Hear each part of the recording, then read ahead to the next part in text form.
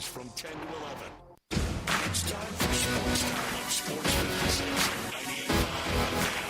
The first hour of Sports Time is brought to you by Lexus and Breakfast. Here are your hosts, Brett Scott, Sportsworthy, and Brian Davis.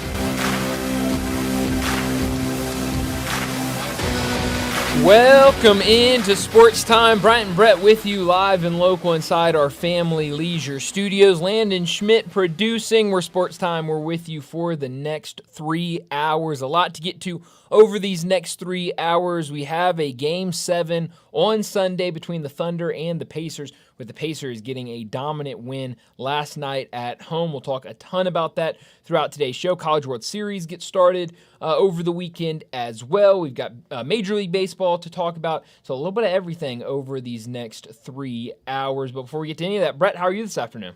Brian, I'm doing well. Good afternoon to you. Your American League team, the Seattle Mariners, just got a 2-run home run from Give Me Everything You Know on Mitch Garver. Mitch Garver's been a good piece for them, kind of a utility guy for them that they can kind of plug and play. I like Mitch Garver. He's Very nice. He's a good piece. I don't know if he's nowhere near being a key core piece of the team, but they're worse players. I just learned of Mitch Garver being on this planet about 6 minutes ago. Well, hey, he introduced himself to you in a big way. He's ahead of me because he doesn't know I exist. That's true. That is a good point. But I guess look at that crowd at Wrigley on a bright, sunshiny afternoon. It's great.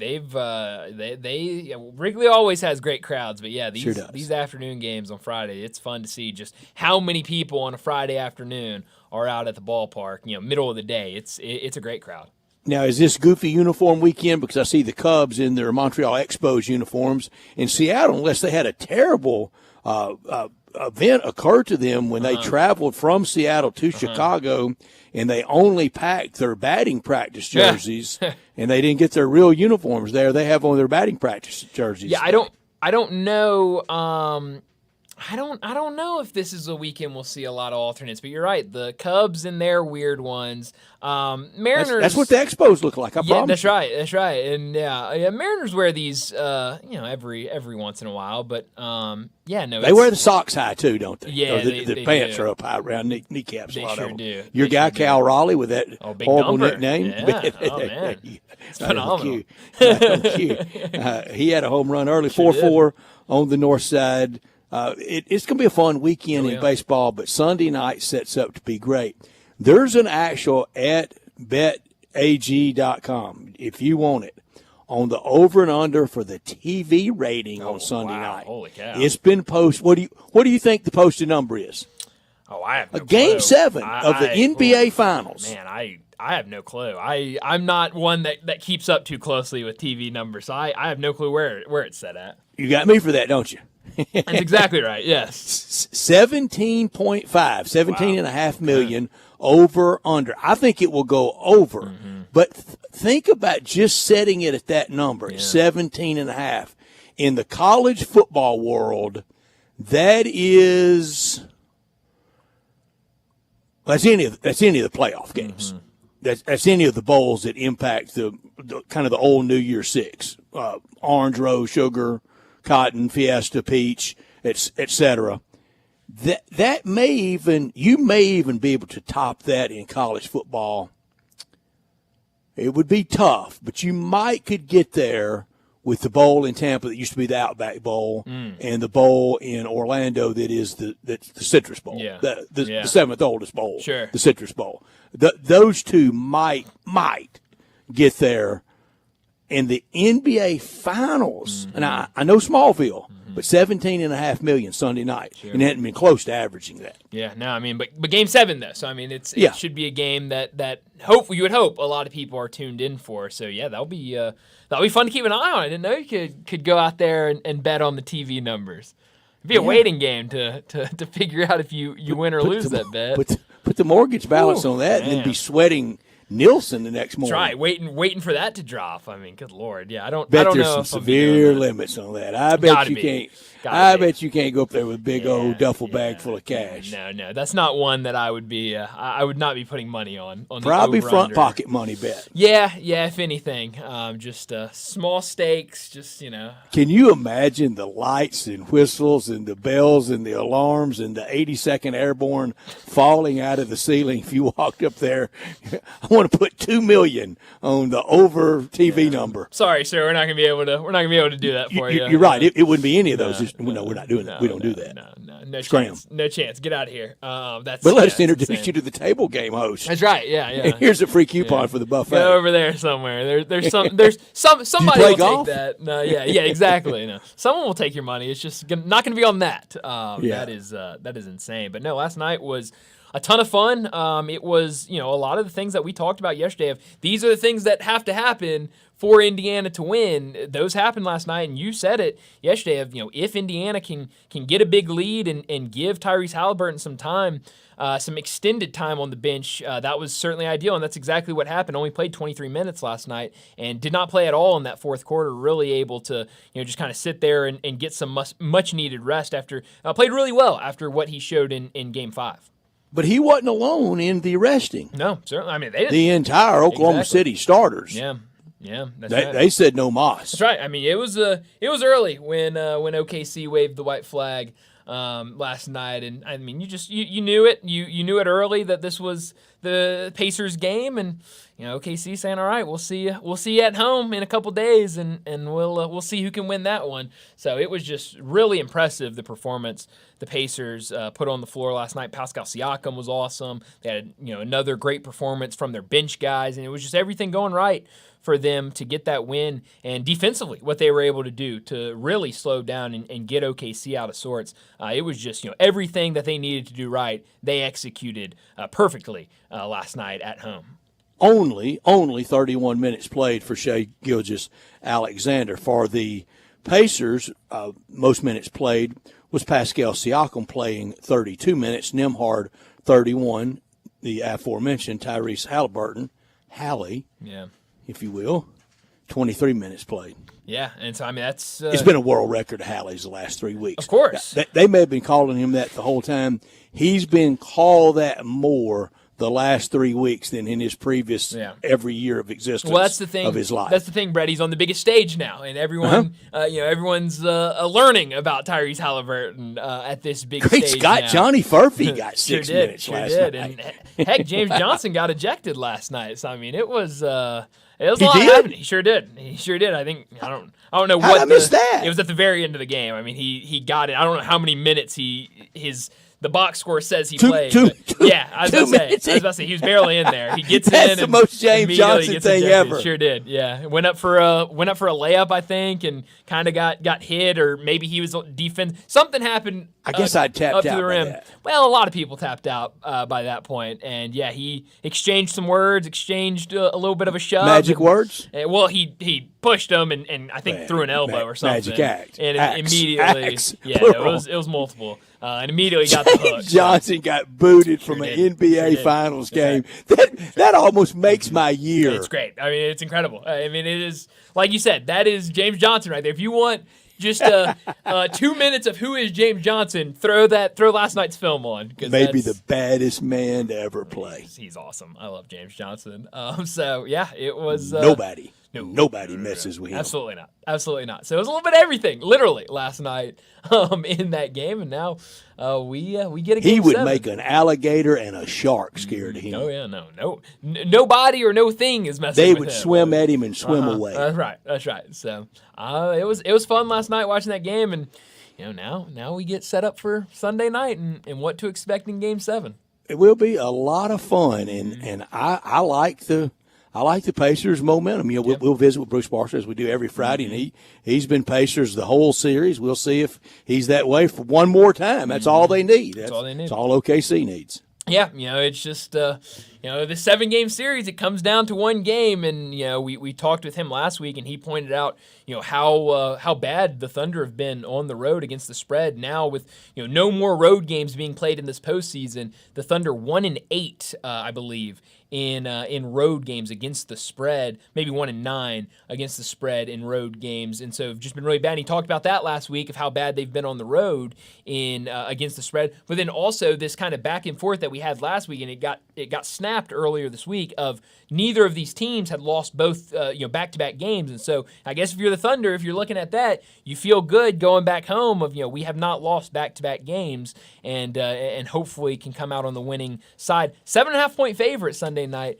for the Thunder, so at least Vegas feels pretty good about the Thunder bouncing back and securing a title. Brian, I do live in a ring counting world. I do live in a zero-sum world. I do live in only one team. I know only one team can win it, and to the victor go the spoils. I'm very literal about that. If anybody gets mad about that, completely guilty. I am. I know I am. Here's the big but. Indiana's acquitted themselves very well. No, they have. If they lose Sunday night and they're the defeated, they're not going to have any parade. There's not going to be any rings. There will be an Eastern Conference Championship, smaller banner, go up at Gamebridge. They've done well because most, even in the 4-1 gentleman's sweep predictions, we're just doing that to protect ourselves. We didn't really believe that. Yeah. I mean, this Pacers team has been incredible, and it's been a great story, and it's been an unbelievable season no matter what happens in Game 7 on Sunday. And we've talked about a lot. I mean, the disrespect for this Pacers team and the people not believing in them the entire way through this playoffs. This is a team that, really weird season where beginning of January, they're under 500 and just not playing very well at all. To be able to rebound from that, get to the NBA Finals, not favored in any series at all, and then to get to this point and, we talked about it a lot. Nobody giving them a chance. A lot of, Game 5 being the final game. For them to force a Game 7, it's been incredible. They're an extremely talented team and, definitely have a shot Sunday night to win the whole thing. But you're right. If they don't win, it is still going to be a phenomenal season for them. It's still going to be. And I don't mean pat them on the head. Not at all. No. They have earned this completely. They have. Another former Grizzly, we talked about former Grizzly James Johnson, the baddest man that's ever lived, maybe the biggest nut that's ever lived, former Grizzly. I saw taking a shot at Indiana and talking about preseason predictions for next year, Gilbert Arenas. Really? What did he say? He just said no way. Wow. Interesting. And in defense of them, someone said, well, they've been the best team since January. He said, the season starts in November. Yeah. Well, Gilbert, that's just 2 months. I would rather have these last 6 than those first 2. Yeah. No, again, this team was under 500 at the beginning of January, and now they are in a Game 7 of the NBA Finals. Like, I think I would take from January on and forget about those first 2 months. So. I think he was wanting to go Cal Raleigh's nickname on the East, and instead veered off into kind of trashing Indiana. Look, they're a win away from winning it all. Yeah, it's funny. I was telling someone earlier today that I don't remember what I was listening to, but it was a basketball podcast, I believe, and they were talking about. I forgot what team they were talking about. Maybe Orlando after this trade. But they were saying that they were trying to say that the new model of building teams in the NBA is the Pacers model. They called it the Pacers model, and was like, you need to get guys that are, have a star, have some really good players at the top, but then be able to go out and identify these really good players that you can bring in, and you talked about the bench and everything. And so it's funny how Pacers almost come out of nowhere, and now people are saying, hey, this is the way you need to build a team. This is this should be the model going forward. And so we'll see how long this Pacers team can hold. I mean, you look at this roster, and I think it's a really good roster to stay competitive in the Eastern Conference. And, obviously it's going to be a long time before we do preseason predictions next year, but I think a lot of people will be very high on the Pacers after what we've seen them do in the playoffs. Especially the current makeup condition of the East. I think the team that will make that big comeback next year with a great offseason and the right, I know this word gets overused, I know that, but the right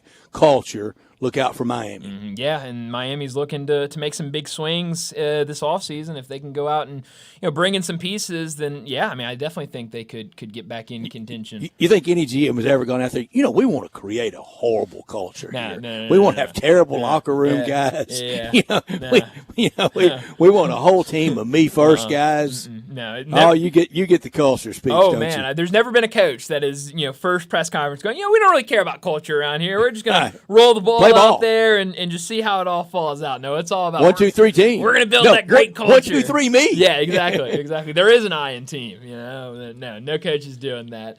So yeah, I mean, I'm curious to see what the East looks like next year. We know it's always a little different, and certainly next year going to be different. So yeah, I think there's a couple of teams that could be big time stories in the East next year. If Indiana wins it, the best team to not win a major, look out for them next year is easy. Oh yeah, it's Oklahoma City. Easily. No matter what happens in this Game 7, OKC is going to be one of the teams to beat next year, and I'm sure when we get the odds out, either that night or the next day of those way too early odds, Thunder are going to be right there at the top, if not the best odds, second best odds. They feel like for the next couple of years they're going to be a real problem. Last thing before you set the lineup, hockey ratings are in. Oh, are they? I haven't seen them. Not very good. No, I don't expect them to be great. That $2.5 million for the Stanley Cup Finals. That's around. Well, it's really even less than College Game Day, and about the same as College World Series. Well, hey, that's a shame that not enough people tuned into what was a phenomenal series. I mean, that's a shame on those people. It wasn't me. I was part of the hockey broke me this year. I'm done. Well, my leaves. Your leaves. Just can't take the pain. That's what I'm excited for. I'm excited to hear your picks next year for hockey picks. Yeah, I will be off them. That's it. I'm done. I'll stay on Nashville in the West, but I gotta find a new team in the East. Well, good. You got a couple months to really do your digging and I will. Oh, I know it. That's gonna be your homework for the next couple months is figure out who the team in the East is.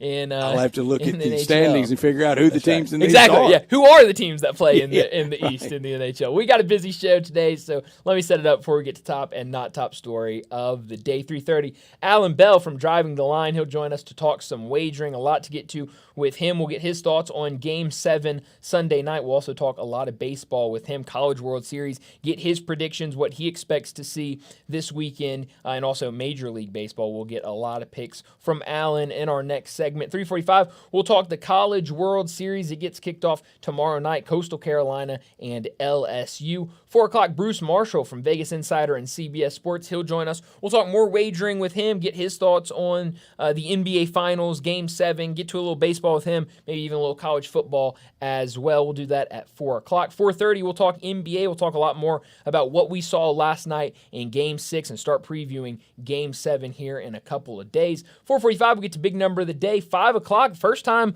we're doing it this year. A little heck yes, hell no. Landon's got everything ready to go for 5 o'clock, so that should be a lot of fun. 5:30, we'll get to what's trending, and at 5:45, we'll wrap up today's show like we always do with Moe's Crunch Time. Let me remind you, we're in our Family Leisure studios where family and fun come together. It's pool time, and Family Leisure is already booking pool installs for 2025. Buy now and get on the list for your pool installation. 2024 pool starting at $19.99 installed, with liner starting at $299. And right now, all pool accessories are up to 20% off. 5-6 person hot tubs starting at $69.99 with swim spas and cold plunge tubs starting at $2,000 off. Don't forget about patio furniture. Select sets now up to 50% off. And if you mention this ad, get free installation at Family Leisure, 2120 Witten Road, just north of I-40.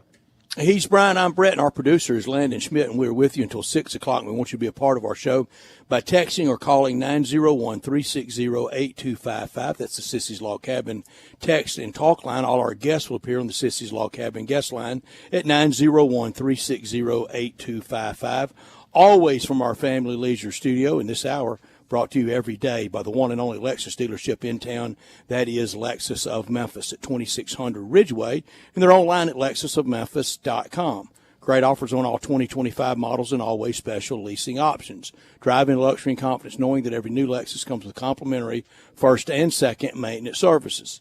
Call them at 901-334-9673, but stop by at 2600 Ridgeway at Lexus of Memphis and put yourself in the driver's seat of the all-new 2025 flagship LS500, and you'll be driving in style. When you purchase a Lexus, you get top-of-the-line engineering and design they make for the luxury driving experience. Online at lexusofmemphis.com. Experience amazing at Lexus of Memphis. Top story of the day. Well, my top story of the day is we're getting a Game 7 in the NBA Finals, and that comes after a 108-91 win by the Indiana Pacers over the Thunder. A really impressive performance by the Indiana Pacers. Any way you look at it. Tyrese Halliburton, we talked about him a lot yesterday. It sounded like, and I think a lot of people felt like Tyrese Halliburton would give it a go, but we learned the news yesterday afternoon that he would be playing, and then the question became, what is he going to be able to do out there? We saw in Game 5 him just not have anything out there, and really we saw the adjustments the Thunder made to really, after he wasn't even in the game to begin with, really taking him out of the game. But Tyrese Halliburton was good in that game last night. 14 points, 5 assists, 2 steals, a rebound, 5 for 12 from the field, but only played 23 minutes, and that is huge for the Pacers. A guy going through an injury, not having to be out there the entire game, getting some rest, I thought was huge. Pascal Siakam was huge, 16 points, 13 rebounds. You look at that bench and what they were able to do. Obi Toppin, 20 points, 6 rebounds. TJ McConnell, 12 points. You had a couple other guys pitch in. Ben Shepherd, 7 points in 21 minutes. And what the Pacers were able to do defensively to slow down OKC and really get them out of sorts. 21 turnovers for OKC in that game. And you look at the assists. OKC has done a nice job this year of really moving the ball around. But when you look at their starting lineup, only 4 assists among the 5 starters. 2 from SGA, 1 from Isaiah Hartenstein, 1 for Jalen Williams. Pacers defense was really, really good last night. And offensively, the ball movement from Indiana was maybe the most impressive thing of the night. How they were moving it around, how they were limiting turnovers. Only 10 turnovers for the Indiana Pacers in that game. 23 assists. It all came together for a huge Indiana Pacers win. And now we'll see what adjustments the Thunder can make going back home to OKC for a massive Game 7. My top story, the magical 2 words, Game 7. That's what we'll get Sunday night after the last night's resounding Pacers win over Oklahoma City in Indianapolis. It was a weak effort from Oklahoma City, but it was greatness from Indiana. And Oklahoma City, they had to wave the white flag pretty early. Bench starters and said, let's go home and get them on Sunday in that magic Game 7. Total Indiana domination in Indianapolis. Reminded me of some of the domination at the Speedway of the early 80s of one of the famous race car drivers, Gordon Johncock. He always had domination like that. Sunday night, Game 7, Oklahoma City. I can't wait. Yeah. Not top story of the day. Well, my not top story of the day, it is the College World Series that gets kicked off tomorrow night. Coastal Carolina and LSU. We talked about it a little bit yesterday and earlier this week when this was set. A fun matchup, a matchup that I'm really excited for because you look at these two sides. You've got Coastal Carolina, their first time back in this position since 2016, a team year in, year out since 2016, has been around the top 25, but has not been able to make that big run to the College World Series. Well, now they're back there and on a massive win streak. On the other side, the powerhouse of LSU, the SEC team that's played a really tough schedule. We know once they get to conference play every single weekend, you're going up against a super tough test in that SEC conference, and also looking for their 8th national championship in baseball, second in the last 3 years, a team that year in, year out is competing for College World Series. So it is going to be a really good matchup, and excited to see how it starts tomorrow night, who can get that upper hand with Game 1. Unanimous on top in Knott's Day. Same thing. Tomorrow night in Omaha will be Game 1 of the College World Series, LSU against Coastal. Compare those athletic department budgets, would you? Oh. Wow. We don't know, we'll never know what Arkansas would have done if they had got to an elimination game, which would have been last night, against LSU. We just don't know what would have happened if they had won that game and got into the finals 2 out of 3 against Coastal. But we do know this: they were on the doorstep of winning a national championship and had Coastal Carolina standing in the way. When do you get around to that again? Yeah, it's a super big missed opportunity. I mean, those opportunities don't come around often, and then it's right there. And Brian, I don't know that I have ever seen Razorback fans, friends, this crestfallen. They knew the chance. They knew how good a team they had. It was the go for it year. And I'm hearing, I listened to some Little Rock Talk Radio yesterday, and I'm hearing so much of, and we talked about it yesterday, snake bitten, voodoo, baseball's weird, it's hard. We know all that. There's only one common denominator in the Razorback baseball program. That's the head coach. I mean, those uniforms don't go out and lose. Those uniforms don't go out and have the bad luck. The common denominator is Dave Van Horn. Georgia recognized Mark Rick's not getting us there. They moved out a really good man and a really good coach. Hadn't been there as long as Dave Van Horn, but I would say similar bouts of success and heights of success. They got him out. They got in a new guy, and they went to levels they never could have dreamed of. They didn't think they'd be this good. No, you're right about that. So I think it should be considered. Yeah, well, it would definitely got to ask questions when you're that close again. Don't you bring him in if you're his boss and ask some questions, and he goes, "Oh, oopsie, we're not changing a thing different." Yeah. Wait a second, Coach. Yeah. No, I think you got to have those conversations for sure. I mean, those are questions you got to ask, and so we'll see. I'd be surprised if we saw a move, but definitely I think got to have those conversations of how do we get around this? How can we get over that hump? And how can we win the whole thing? I'm with you. I'd be shocked if we saw a move. I will not be shocked next May or June of baseball's weird, voodoo.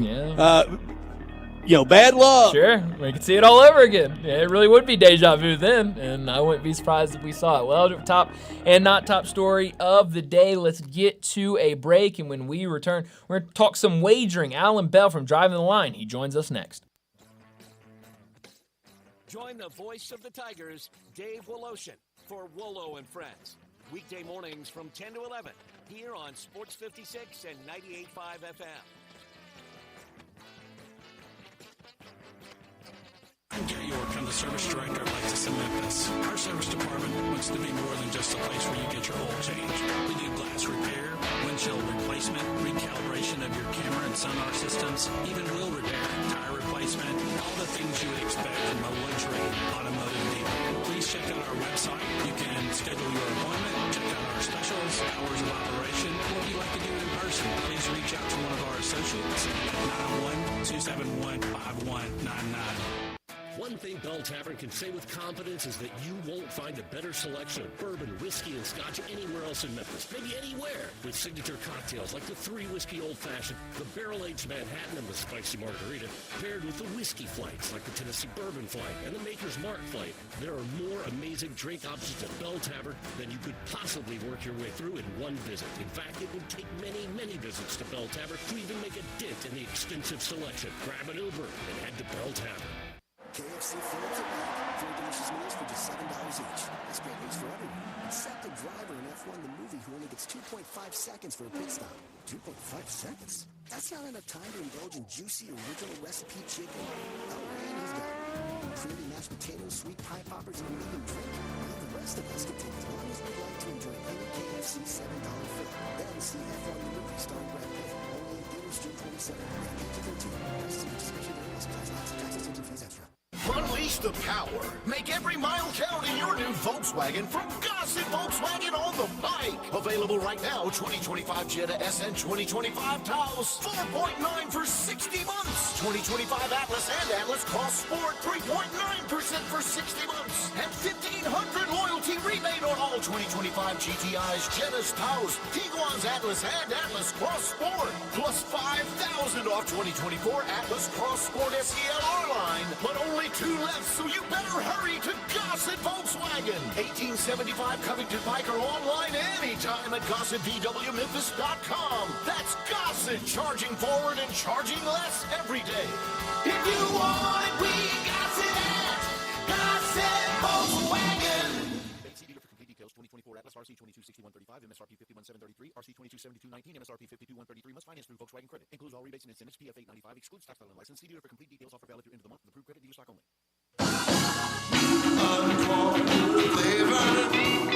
Corky's barbecue. Cooking it up. Down home way. Hickory smoke flavor like the good old days. Hey, y'all, Jimmy Stone here with Corky's Barbecue. Catering is our specialty. Millions have trusted Corky's to cater their events for 40 years. Because we make it easy, convenient, and delicious for your guests. Whether it's 50 people or thousands, our experienced team comes to your location, sets up, serves, and ensures everyone enjoys Corky's all-you-can-eat barbecue buffet, starting at only $7.99 per person. You can't beat it.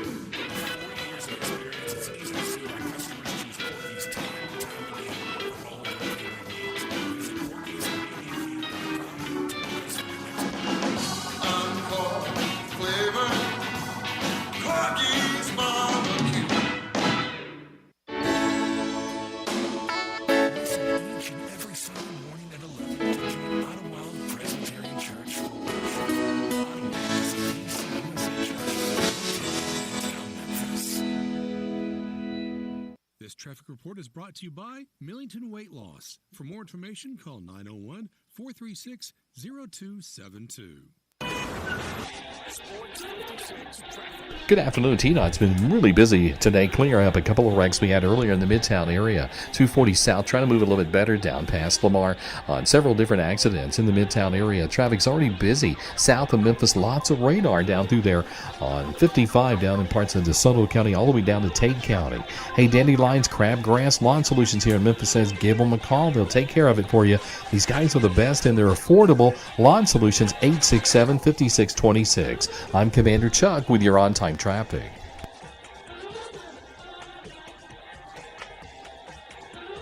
Now, back to Sports Time on Sports Radio 685 FM. This hour is brought to you by Lexus and Davis. Here are your hosts, Glenn Stark, Sportsworthy, and Brian Davis.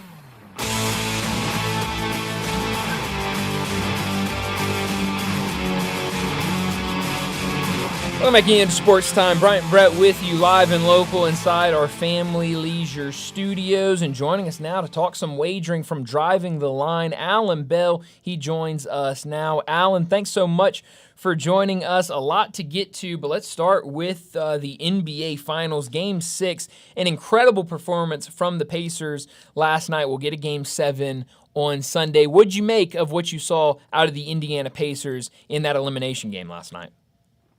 Man, first, I appreciate you guys having me back. And second, I mean, saw grit. Saw exactly what this Pacers team has been and done all season long. And, I mean, you named the series, over and over and over again, this one included. Every time that it's been, the general consensus, it's over with, the Thunder got it. Nope. Pacers come in, and not only come in, they come in and handle themselves. And now we're down to a Game 7. And all of this has changed, man. I am excited for it. What do you guys think? Everybody fired up about it? Oh, man. Very. Can't wait. Very. Yeah. And I like the fresh. At Driving the Line, I know you're doing stuff daily. Tell people what they can see, what they can get from you. And I know a lot of people are kicking tires on places, getting ready for football season. You stay ready for football season. Tell our listeners what they can get at Driving the Line. Always, man. Yeah, we talk ball every day. Talk it from, not only a game perspective, but a betting perspective. And we do it twice, live, 10 a.m. Eastern and 3 p.m. Eastern. You can find us on YouTube at Driving the Line. Think you have a ton of fun, man. Enjoy it, talking ball. We got a Game 7. No two better words in sports. Man. For sure. And Alan, you're like me and Brian. We have to have it. You have to have it. You can feel that energy. And also, on your Twitter, one of the most fun-loving, good news, fun stuff that you can find at Alan G. Bell. You sent out a little bit ago, and I'm going to read the tweet. You had a picture of it. I'm assuming you were at the supermarket or maybe you had a convenience store, but you texted, who did the polling? Why is this next to the deli sandwiches? I just have some questions. And in the picture is America's most used synthetic urine sitting right there by the sandwiches. That's great. Right by I know, the convenience store. You never know what you're going to get, right? Yeah, I saw it and I was like, okay, number one, I need to know who did this polling officially. I didn't know that I didn't know we had a big brand fight over that real estate. And then number two, why is this by the sandwiches? Am I the target demographic for MLB Players Union? Well, drug test. What they and whose spacing did they take? Quick Creets? Yeah, I know. Like, it's just wild. I have so many questions. so many, and Sunday will be fun. I saw a list of odds, and we've already talked about it. The over and under for the TV viewing audience Sunday night is 17.5 million, which would really help save this NBA Finals. It has not drawn very well. We were expecting it because of the markets. But you compare 17.5 million to college football, Alan, and that's the Citrus Bowl. Right, I know. I mean, this country is just football born and bred, right? Mm-hmm. Where are we going with that number? Like, here's the thing. That number is a big number. But these companies can always find a way. There's always a digital land somewhere where they're like, oh, hey, we found these 2.5 million extra viewers. Yep, we hit our numbers. Mm-hmm. That's a big one, though. But you're right, Dan, compared to football. You're exactly right. Yeah, no, that is a big number. Speaking of football, getting late into June, when do you start looking at college, NFL futures? Is that something you're already looking at? Talk to me about that process throughout the offseason to really get ready and kind of hammer some of these early numbers before we get to the football season. Yeah, absolutely, man. I mean, this is a full year-round thing, right? Yeah. And really, once the season ends and once we get through the draft and free agency, you start bracketing. And what you want to do, if anybody out there is interested in how to do it, like, you could do it very simply. And this is how. Just bracket out big wins and then keep going down. And what I mean by that is, okay, write down 5 teams that you think can win the Super Bowl. Then write down the 5 teams that can win the AFC, 5 teams that can win the NFC, et cetera, and you can do the same thing in college, okay? So you just start tree branching from there and you start looking at the odds. And if you just write it down and look at it and understand it before you start betting things, just watch what happens. So that's the advice that I give, man. Keep it going year-round, and just keep it simple like that. And I promise you, your betting will go up, man, by just doing the smallest amount of work and writing it down. It'll absolutely help. Absolutely. And Alan, with the wave of legalization nationwide of sports betting, I mean, just really, you can't be many places that outside of an hour you can be at a place to legally wager. You always have the proviso of be smart with it. This is not supposed to replace the 1st and 15th at a place you work. No, not absolutely not, man. And I mean, remember this: like, the game that we're playing here is the greatest of all time was 56%. That don't even graduate you high school. All right. So that's what I'm saying. That's how difficult that this is to do. Right. So, yeah. And also remember, with futures, you're sitting that money aside for 4 or 5 months. Mm-hmm. You know what I mean? That's why the books offer such good numbers, because you're giving them free insurance money to play with.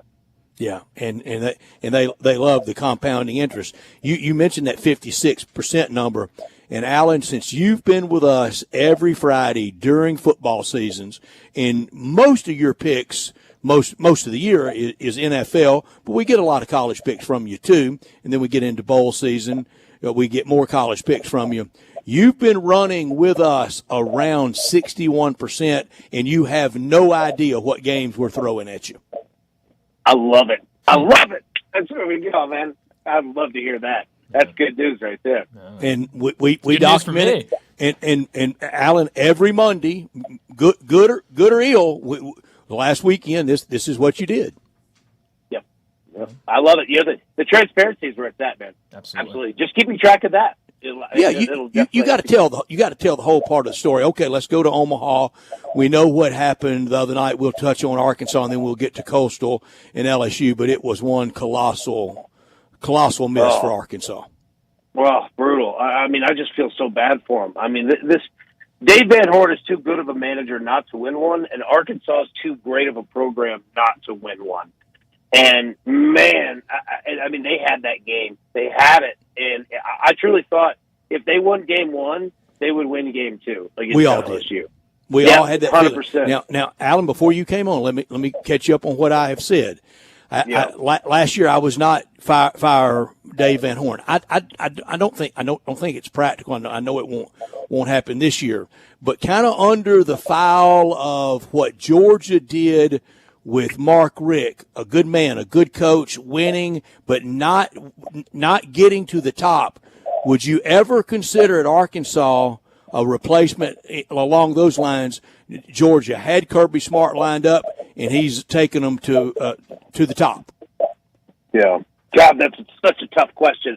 I mean, in theory, yes, I'm always looking, but the big thing is I only pull that colossal move if I have somebody ready to go and somebody that I trust and somebody that I know is going to compete. You want them to win one, but man, that's hard because you're letting a guy with a lot of wins go. But you know what? I mean, hey, the Dallas Cowboys, I mean, they fired Tom Landry, but it got him Jimmy Johnson. Now, if they would have gotten out of Jimmy's way, it could have been even better. But that's tough. But yeah, if I had the right guy. What about you? I mean, it's a tough call. That's why. I mean, I would not envy anybody having to make it because you don't know what the unintended consequences are. You know you got a very proud program that's not going to embarrass you, going to win a lot of games, going to be a lot of fun, but you're not finishing the deal now with Dave Van Horn. He has shown that year over year over year. You can keep him, and you're going to be disappointed next May and June. And I compared a little bit. Okay, I've already made all the Razorback fans mad. I'm gonna pull the Friday double and make all the Mississippi State fans mad. Here's who Dave Van Horn is. He's Ron Polk of this era. Yeah. Ron Polk, really good man, really good coach, never won it all. Yeah, I mean, I thought at State. Bring it up. I thought you bring it up Georgia. I mean, who didn't like Mark Richt? But I bet Georgia fans are happy with it. You know they are. You know gosh, they are. Absolutely. And it's a tough move, but you're right. Georgia did it perfectly. If you could pull it off, 100%. Mm-hmm. And the Ron Polk, that's a good comparison. That's a really good comparison. That just made everybody mad, though. Yeah, sometimes you got to do it. It's okay. Yeah. I mean, look, they made decisions in Tennessee, right? Like, I mean, eventually it got themselves to a guy like Vitello who was ready to go. Mm-hmm. Absolutely. Well, who do you like in this College World Series? Coastal and LSU. You got one side, this powerhouse of LSU, coming out of the SEC. This could be, if they win it, second in the last 3 years, 8 overall title. On the other side, you got this Coastal team that doesn't know how to lose, hasn't lost since April, trying to win again for the first time since 2016. Who do you like this weekend in the College World Series? Man, it's amazing. And I'll tell you this, I like the over in this weekend. In every game, give it to me because they're going to be 8.5. And these both teams, look, they got here by pitching, but they've been winning with their hitting, and both of them are doing it at the absolute peak of the season and when they need it in the season. They're both averaging 8 runs per game, only allowing 3 to 4. So on average, I mean, these teams are winning 9-3, 9-4 games over and over. Like you said, man. 26 straight games for Coastal Carolina. It's absolutely nuts. It's going to be great. I like LSU to get the job done ultimately, but I'll tell you the best bet is take the over of 2.5 games in the series because I think it's going 3, and that gives you options. Mm-hmm. So whoever wins game 1, then you can pull the opposite inside game 2, and then you can bet the total as well and make yourself guaranteed money. Yeah, I like LSU to get the job done. I think these two teams are exactly alike. LSU's just a touch better and a touch deeper. Mm-hmm. Yeah, it's gonna be fun to watch this weekend. Anything you like in Major League Baseball? Yeah. So, all right, you're gonna have the Braves series. You're gonna see a ton of runs, and the Giants and the Red Sox series. You're gonna see a ton of runs. Little Rafael Devers revenge and anti-oppo revenge going on there. But you're gonna see great weather in the West Coast. A lot of home runs this weekend for teams playing West Coast as well. Yeah, no, it seems like I saw your tweet, I guess yesterday, with all the humidity around the country, runs all over the place. So yes, sir. It should be a good weekend for it. Alan, as always, thanks so much for joining us. Good luck this weekend, and we'll talk to you again next Friday. Man, look forward to it, boys. Y'all have a wonderful weekend. Thank you again for having me. Right back you too, Alan. Thank you so much. Alan Bell with us every Friday from Driving the Line, talking everything from the world of wagering. While we've been visiting, there's a press conference with Dr. Ed Scott, the University of Memphis athletic director, that he's having, and I'm following along from a lot of our friends like Jonah Dillon, like Jason Munns on Twitter. And from Jason Munns' Twitter, let me read directly. He said, Ed Scott says the primary reasons why the SBLS, Simmons Bank Liberty Stadium renovations have gone from $200 million to $226 million are the tunnel and a first of its kind in-house kitchen. That's a hell of a kitchen. Sure is. Wow. And okay. Justine's would have loved to have that kitchen in town. No kidding. Wow. And what is this tunnel they're referencing? I think it's the tunnel. They're making the tunnel bigger so that they can get like more concerts and stuff like that in. I know the north tunnel by the visitors locker room. I believe so. I believe that one. Yes. Okay. So I think that it's makes sense. To try to get more bigger trucks in there and stuff like that. Would so that take out some seats though? I have no idea. I don't know. I guess maybe. I guess and we don't want that number to get down under 40. And he also said that there's no third phase. Mm-hmm. We knew that there was never going to be a third phase. No, definitely not. And I've been trying to follow along with it a little bit. Probably not as I probably haven't seen as much as you have, but I did see Jonah Dillon talking about Ed Scott also talking a little bit about Pac-12, saying that, quote, there can be no conversations, end of quote, with the Pac-12 until the conference has a media deal. We know that has been the, that was the big issue with the first offer for Memphis to join the Pac-12. It seems like we're close to getting news on a media deal for the Pac-12, but definitely nothing going on before you really see those numbers.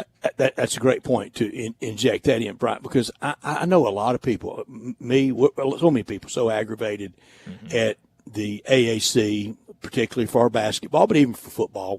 We're sick of those teams. But just think about it if you're trying to sell your house. You may be wanting to get out bad, but if you can wait a little bit longer, you can get that instead of taking that haircut, selling it for less. I think Dr. Scott really believes that he can wait and get sufficiently, at least matching AAC TV revenues instead of taking a less of a deal. Nobody in any walk of life would take less when you thought you could get more. Definitely, especially not in this world of college athletics. I mean, you can't take less money anywhere. And so definitely wise for Ed Scott to wait until those numbers come out, not even entertain it until we get some numbers for the media deal. So hopefully we will get that in the next couple of weeks, couple months. Sounds like we're getting very close on some news for media deals for the Pac-12. Well, we need to get to another break. When we return, we talked a little bit about the College World Series with Alan Bell. We'll talk a little bit about it. Kicks off tomorrow night, Coastal Carolina and LSU. We're talking College World Series next on Sports Time.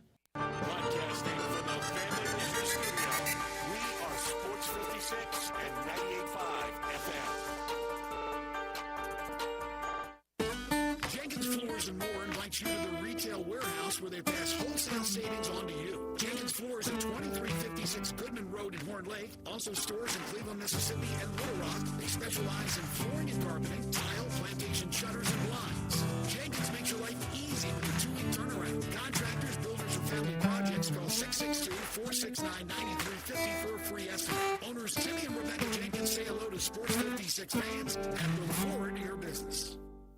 We're ready to crush the competition with your new ride from Gossett Hyundai on the Pike. 2025 Hyundai Ioniq 5 SEL front-wheel drive EV, 318 miles on a single charge. We Gossett at just $241 a month. How about 2025 Hyundai Elantra SEL Sport 39 MPG Highway? We Gossett $297 a month. And 2024 Hyundai Santa Fe XRT all-wheel drive MSRP $42,180. We Gossett now $37,180 or $469 a month. That's $5,000 off MSRP. And you always get America's best 10-year, 100,000-mile powertrain limited warranty. So get to Gossett Hyundai today, 1870 Covington Pike, or visit us online, HyundaiGossett.com. If you want it, we got it at Gossett Motor Cars. MSRP 52015, SYO 16445, Elantra SU 997 852, MSRP 25565, Santa Fe RH 126339, MSRP 42180, includes all rebates and incentives, PF 895, excludes tax island license with approved credit. CD for complete details. Offer valid through end of the month. Dealer stock only. Pools, and more pools. Yes, it is pool time at Family Leisure. Family Leisure is already booking pool installs, so you need to buy now and get on that list. 24-foot pools start at $19.99 install. Liners are starting at $2.99. You're going to need some pool accessories, so they're all up to 20% off. Not quite ready for a pool? That's fine. Get a 5 or 6 person hot tub starting at under $7,000. You can also go for a swim spa or perhaps a cold plunge tub. Those are now $2,000 off. Get patio furniture up to 50% off on select sets. Buy your pool now. Get on that install list. Mention this commercial, and your install is free. It's underlined in the in-bold print, so you know it's big. It's pool time at Family Leisure. Family Leisure, Whitten Road at I-40, where family and fun come together. Hi, I'm Glenda Hastings, owner of Napa Cafe, and I want to thank you for making us part of your dining experiences. Treat yourself tonight with a delightful dinner. Maybe start with an appetizer like our baked sweet peculiar peppers stuffed with goat cheese and mozzarella, finished with basil pistou, and move on to one of our cozy dishes like the double chocolate stout braised boneless beef short ribs with tonkatsu sauce and creamy mashed potatoes, or a fresh seafood dish like our pan-roasted ginger buttered sea bass with cilantro soy vinaigrette. I get hungry just talking about it. Don't forget about dessert, our famous sweet buttermilk pie with brown sugar sauce, or drink your dessert with one of our signature dessert cocktails, like the lemon cheesecake martini, lemony, icy, frothy, and dusted with graham cracker crumbs. Napa Cafe, open Wednesday through Saturday for dinner starting at 5 o'clock. For reservations, visit our website at napacafe.com. Come join us. We can't wait to serve you. Congratulations to Napa Cafe, celebrating 27 years of great food and service for you. Napa Cafe. Drivers who switch and save with Progressive could save hundreds. With that kind of money,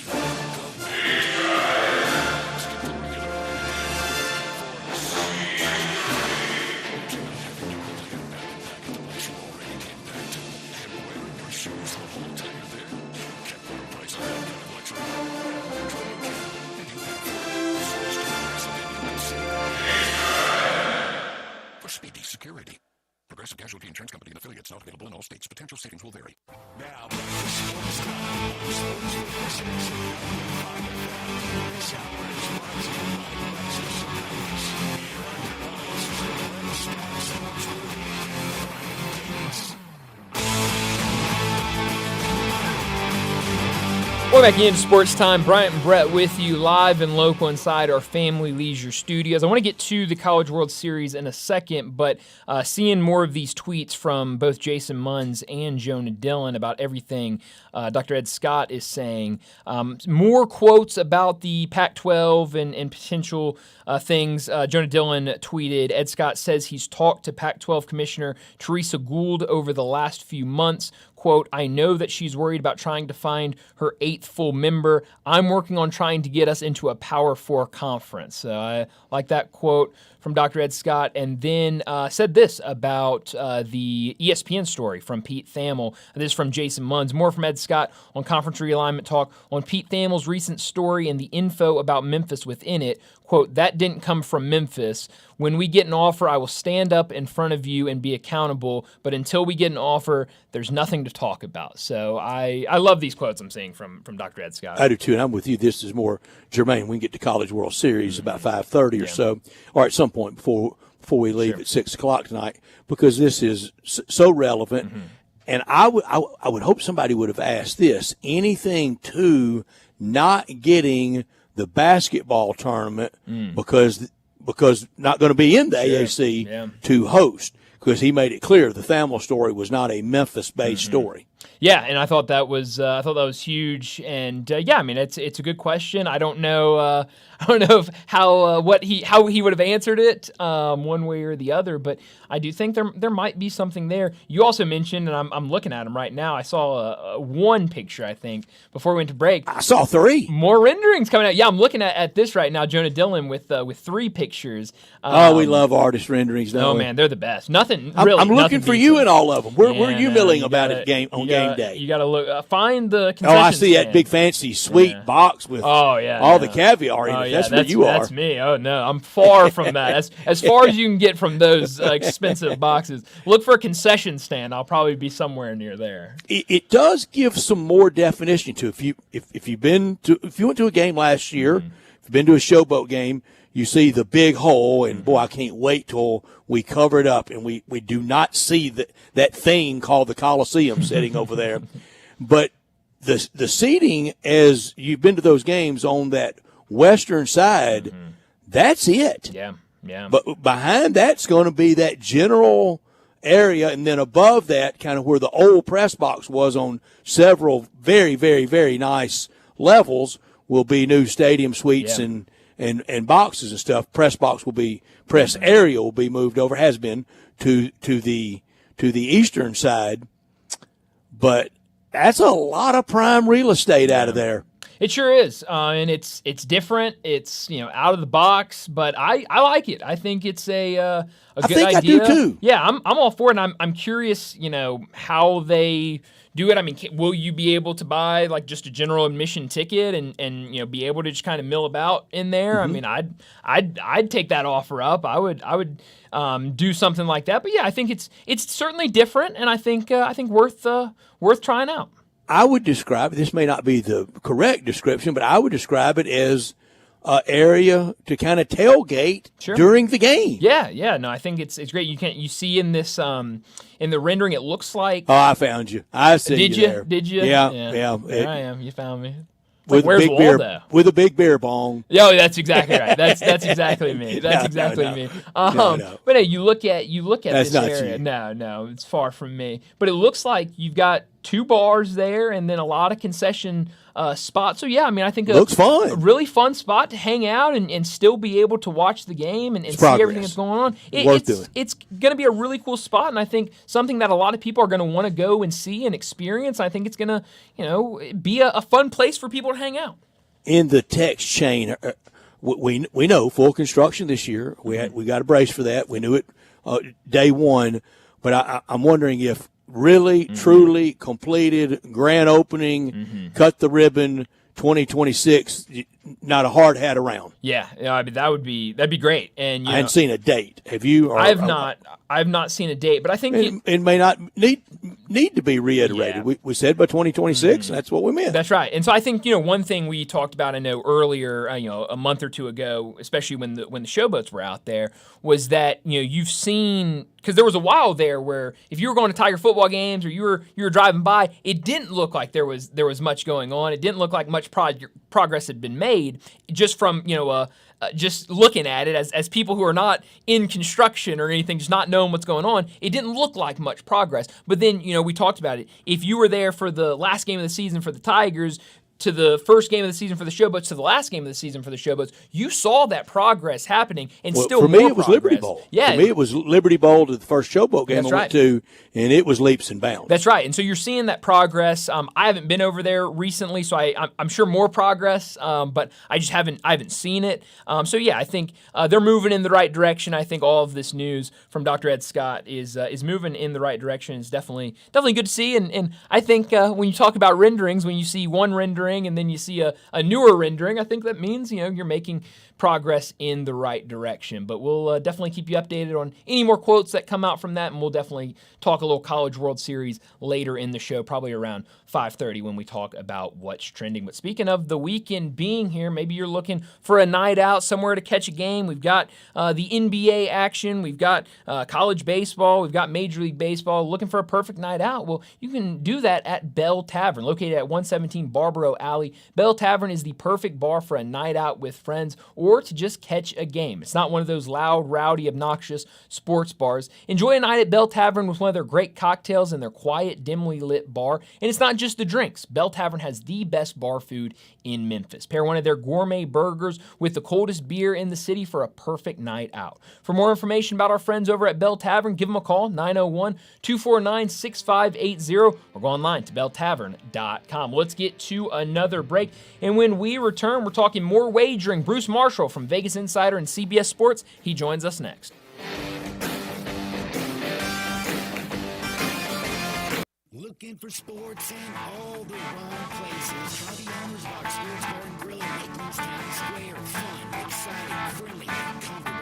Wall-to-wall TVs, 24 taps for all your beers, including $3 domestic and $5 craft pints on Monday through Friday, 3 to 6 happy hour.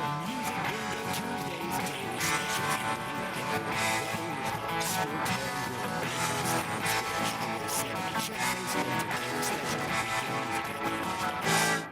I've got it on the line, Marty McNair over at Gossett Volkswagen Germantown, and he's ready to put you in a new Volkswagen today. That's right, Randy. Guess what I've got available now? 2025 Jettas and 2025 Toyotas, 4.9% for 60 months. I've also got 25 Atlas and Atlas Crossports, 3.9% for 60 months. What else you got over there, Marty McNair? On top of that, get 1,500 loyalty rebate on all 2025 GTIs, Jettas, Taos, Tiguans, Atlas, and Atlas Crossports. And you were telling me earlier you got $5,000 off 2024 Atlas Crossport ECR lines, but only 2 left, so you got hurt. So come see me today, Marty McNair at Gossett Volkswagen Germantown, 7420 Winchester Road, or shop online at GossettVWG.com. And remember, your future is what you make of it.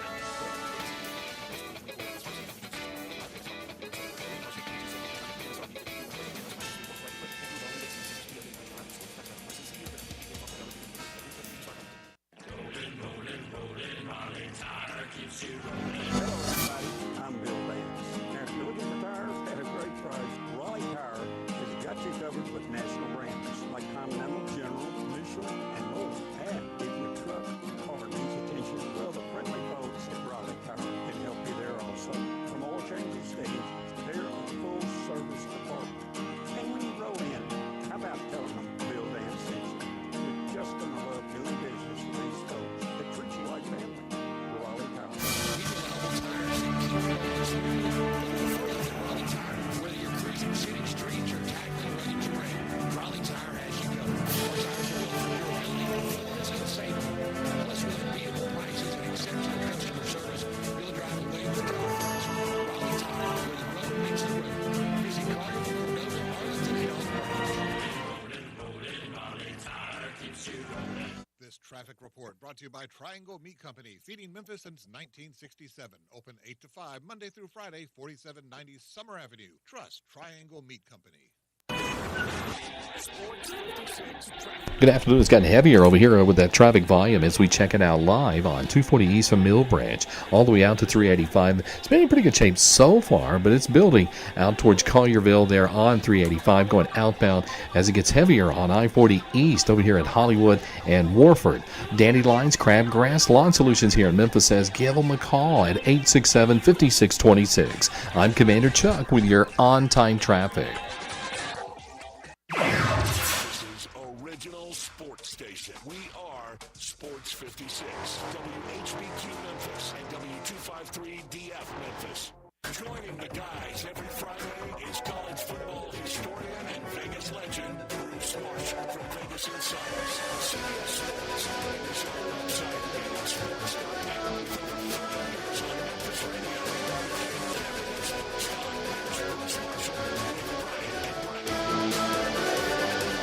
Bruce Marshall joins us now to talk some wagering like he does every single Friday afternoon. Bruce, thanks so much for joining us. A lot to get to this afternoon, but let's start in the NBA. We're getting a Game 7 Sunday night, but you've been one that has been very high on this Pacers team. They're able to get the big win last night. What did you see in that game? What have you seen from the Pacers as we approach Game 7? Well, a little bit different last night, and some now, and I guess in retrospect, Oak City. That's not the first time a team has been in a Game 6 on the road with a chance still to have one more game at home to sew things up where it's come up flat. We saw that from Oak City in the Denver series, and so it's not totally shocking that they weren't bringing their A game last night, but there were a few adjustments that Rick Carlisle made that really seemed to throw the Thunder off course. They weren't really pressing, picking up full court. They were waiting until SGA got across the timeline there and throwing a lot of double teams at him and sort of jamming up his lanes there and, daring some of the others, including Jalen Williams, to do it again like he did in Game 5, which he certainly didn't last night. And that worked to Indiana's favor, and they won pretty handily. Now, in Game 7, couple of notes here. Obviously, a lot is going to be made about Oklahoma City bouncing back after all of its losses in the postseason. That is true. Though they didn't cover every one of those games. That would be Denver Game 4 and Minnesota Game 4. They still have won after the losses. And also, the zigzag in the playoffs has been really good. The team that lost the previous game to come back and win and cover or cover the spread the next game, it's like plus 25 units this postseason. So that's been a real eye-opener. But you watch these teams, and it looks to me like Indiana has a real chance here. I maintain the Pacers have been underrated by the odds makers since the outset of the playoffs. We might have talked about this last week. They've been undervalued. I mean, this team has won 10 games as a underdog, won outright, 10 games as an underdog in the playoffs. And the fact is, since New Year's, this team had the second best record in the league, only Oak City better.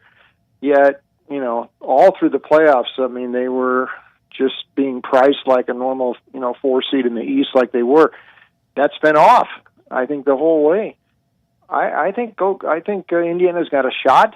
This thing is very much up for grabs. One other note, Oak City here, we know SGA is likely to bounce back, did not have a great game in Game 6, though I'm not 100% sure Jalen Williams is going to come back after being a minus 40 in Game 6. And, Chet Holmgren, Lou Dort, some of the others have not really had big series. There's a lot of different options for Rick Carlisle, and even if Tyrese Halliburton isn't 100%, T.J. McConnell off the bench, Obi Toppin, Nesmith and Siakam and Miles Turner and all these other guys have Nembhard have all had their moments in the playoffs. I think Indiana's got a shot in this game, and definitely. By the way, the spread dropped, opened up 8.5 for Game 7, quickly dropped to 7.5 is where I'm seeing it now. So immediately there was some buy in the market on the Pacers, which we hadn't seen yet in this series until this game. Bruce, we have to remember this is a 4 seed Pacers. They defeated the 5 in the Bucks in the first round, and they've gone all the way through the bracketing, defeating Cleveland, and always kind of overachieving. Of the big 3 sports, the NFL, college, or NFL, NBA, and Major League Baseball, which one is it harder for a back-of-the-pack team to come out the champion? Usually it's the NBA, but in this case, I think it's maybe an asterisk because, like we mentioned, since January, this was the best team in the East. About 4 or 5 months, they were the best team. Boston had some injury problems. Cleveland slowed down in the stretch drive. So even though they were the 4 seed, most of that, I mean, losses in, November and the end of October and all, early December, they just don't mean that much if a team's still playing into June. So I think that Indiana is sort of the exception to that. But in general, for what you say, the NBA is generally tougher. NFL's, I think, probably second, baseball third. The NHL, you always see lower seeds come through and win. Including Florida. Florida was definitely not the top seed in the East this year when it won.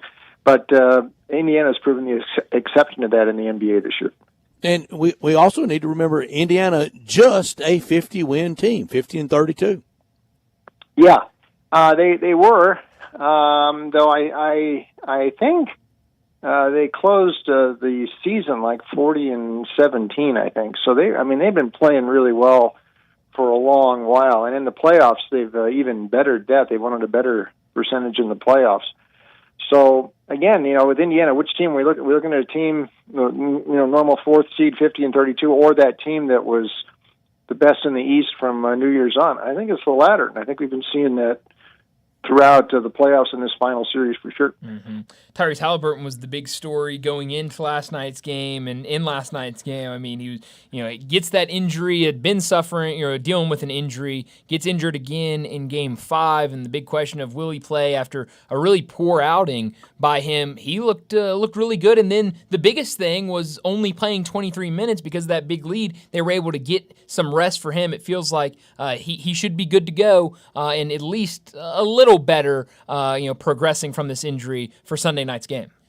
Yeah, and you're right, Brian, and you saw, Rick Carlisle play McConnell and Halliburton at the same time for part of Game 6 last night, and Indiana can go small if it wants, and if they put Toppin in the lineup, and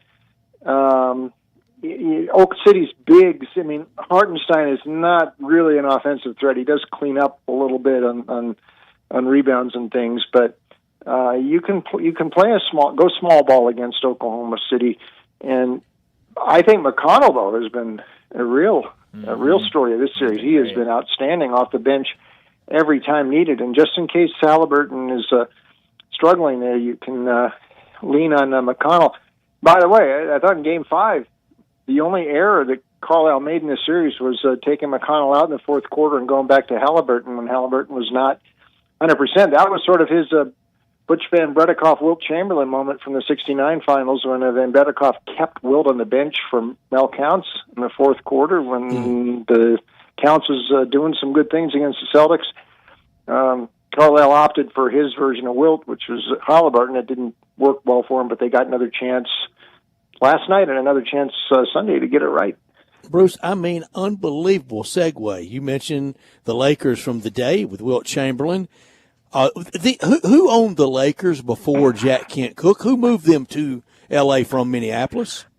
Bob Short, who was the old owner of the Washington Senators, too, who moved the Senators to Texas, to Dallas, Fort Worth. So he actually he was the owner before Jack Kent Cooke, who came in the mid-'60s. Jack Kent Cooke, and he famously sold to Jerry Buss. How did that news hit you this week? And you have told us many times the Buss family, by and large, they had good investments, but their main cash flow, their main money source was owning the Lakers. And it appears that is now hard to do because the NBA team, they don't show a big profit every year. Were you surprised with the sale? No, I wasn't. Although I didn't see it coming. But when because I had heard that, but I was thinking. I've been thinking for a while. With the valuations of these franchises going through the roof, it's about time that I thought the Busses or Jeannie and her brother could have sold a couple of years ago. But the value of these things keeps going up, so I was not surprised to hear that. They're keeping about 15% from what I'm hearing, and Jeannie is still, like we hear, going to be the governor. So she'll represent the Lakers at all the league functions and things like that. Although, Mark Cuban supposedly had the same deal with Dallas after he sold his majority share to the Adelsons last year. And he's practically banned from the building now. Yeah. Yeah, so that might not last long. I doubt. I mean, Jeannie's not going to get people to hate her like like Cuban can, but no, I was a little surprised. I think in retrospect here, as much as I dislike the Lakers, there was something a little endearing about the way they ran the operation. It was sort of a mom and pop shop. And they scrimped on a lot of things. I knew some guys who worked at Lakers in the stat department, and they would tell me stories about how, not cheap, but I mean how budget conscious the franchise was in some things. And a lot of staffers did not get paid a lot there. I mean, paid a lot to the players, but they didn't run it, like a big conglomerate. In that regard, it's amazing they've been able to, that they've been able to stay as relevant as they have been over the last, 35 years or so since the buses have owned them. So I'm, that's a little, I guess, it's a little sad in a way that they're going away from that, and there's not many of those mom and pop shops left in pro sports. And the Lakers are going the way of the Dodgers. There's the same people in charge. Although you're not going to be able to do in the NBA what you did in MLB. That's three big NBA sales: Celtics, Mavericks, Lakers. Yeah, within the last year, and that's one thing. I guess the Celtics sale is still, it's there, but there's still some dotting the I's and crossing the T's in that, as well as the Laker deal. They'll all have to be completely resolved. As soon as they resolve that, here's the other shoe to drop there. They're kind of holding off on expansion, which has been talked about for a while, and they are going to go with 2 more at some point soon here, but they have to determine the valuation. And they're probably, they might put a $6 billion, $7 billion price tag on, if Vegas or Seattle wants to come in the league and their owners, that's what the cost is going to be. So I think they're sort of waiting for the ink to dry on these sales. It already has in the Dallas sale. They'll be waiting for the Celtic and Lakers sale. And once it is, then they can set the price for the expansion, and that's when that'll happen, and maybe not too far down the road. Yeah, that would. So, when do you think? Like, what kind of time range are you thinking for kind of significant expansion news? I'm thinking the end of next year. Adam Silver has sort of said they're exploring it now, and the NBA moves. These sort of things don't move that quickly, it'll have to wait a little while. Within 2 years, I think, by the time we get to this point in 2027 with the finals, I think we'll have some news, but I think it could come as early as the end of next year, because there's a lot of chomping at the bit, and the betting favorites in this seem to be Las Vegas and Seattle. So, and with LeBron, that's one other thing with the Laker deal. LeBron's got a player option for this year. He's got one more year at the Lakers, and I think that's it. And a lot of changes will come after a year, and this includes Rob Pelinka, the GM, and maybe J.J. Redick. But LeBron is going to start pivoting to aligning with whichever bid he thinks is going to win Las Vegas. And Kevin Durant has been mentioned as a potentially involved with the Seattle bid, because remember, he played his rookie season when they were still the Sonics. And he's looking like he wants to get involved in sports. He just bought a minority share in PSG, the Champions League winner. So that's something will happen there, but it's coming down the road, not too far down the road, I think. And we are finally pouring concrete in Las Vegas for the A's, aren't we? Yeah, I don't know if they've actually turned dirt yet. It's funny, Brett, even though I live here, I don't go down the Strip too much. I know they've cleared out the Tropicana there, and I think they have just started to sort of do some landscaping there, so maybe they have, but that's still about 3 years away. But it's supposed to be right there at the corner, across from the MGM Grand and the Excalibur and New York, with the Golden Knights T-Mobile Arena right behind that, and that's where they're going to put the A's Stadium. By the way, if there's an expansion team to come to Las Vegas, there is talk of another arena they're going to build here, like we need another one. We got so many. But that's the other thing, too. They're going to want their own arena in Vegas, and they say that's going to happen if this NBA expansion comes here, so that's another thing to consider in Vegas. Vegas was the original tear down rebuild place, though, wasn't it? Yeah, and they have not stopped. I mean, most of these. You should see a picture of Caesar's Palace when it first opened in 1966, and what it looks like now. I mean, you can't even tell it's the same place. So the fact they'll be doing this with building these arenas like this, no surprise. Mm-hmm. You mentioned PSG a second ago. The Club World Cup is going on right now. I know you're a big soccer fan. What do you make of the Club World Cup? I know there's a lot of stories about these stadiums having trouble getting big crowds for these games. What have you made of this whole event? Well, a couple of them. I mean, that PSG, Atletico de Madrid, on Sunday at the Rose Bowl had a big crowd. Yeah. But some of the other ones haven't. There's some of the South American teams playing. I mean, they haven't. I don't know in Seattle. Atletico was back up there last night and won, or yesterday afternoon. So it seems like, the bigger teams, Real Madrid had a pretty big crowd in Miami against El Hilal from Saudi. So it seems like the bigger European teams are drawing, but a lot of the other ones aren't. My biggest concern is, these games being played in the daytime, it gets hot this time of year in a lot of these spots, and that's what we saw the World Cup in '94. People forget. It was very hot in a lot of those locales in '94, and because of European TV, they have to play these games in the daytime here. That is one thing I do like about a World Cup in Europe. The games are all at night, and I just think the game is better in summer at night, wherever it is in the world, because it's not quite as hot. And that's something these teams are sort of dragging, toward the end of the game, playing in this heat in the afternoon in the States here. So something to watch going forward in the Club World Cup. I can't wait to go next summer, Bruce. We're going, aren't we? To the World Cup? Yeah. Yeah, I guess so. It's going to be here and all around the states. So it's coming. This is sort of the dress rehearsal for FIFA. This event, and there'll be a couple of games in Mexico and a couple of games in Canada, but mostly it'll be in the USA. So yeah, it's coming. I can't believe it's over 31 years now since the last World Cup year. That just seems like yesterday, Brett, in '94. Where has it gone? It does, and I one of the biggest misses of my life not going to World Cup at the Cotton Bowl in Dallas.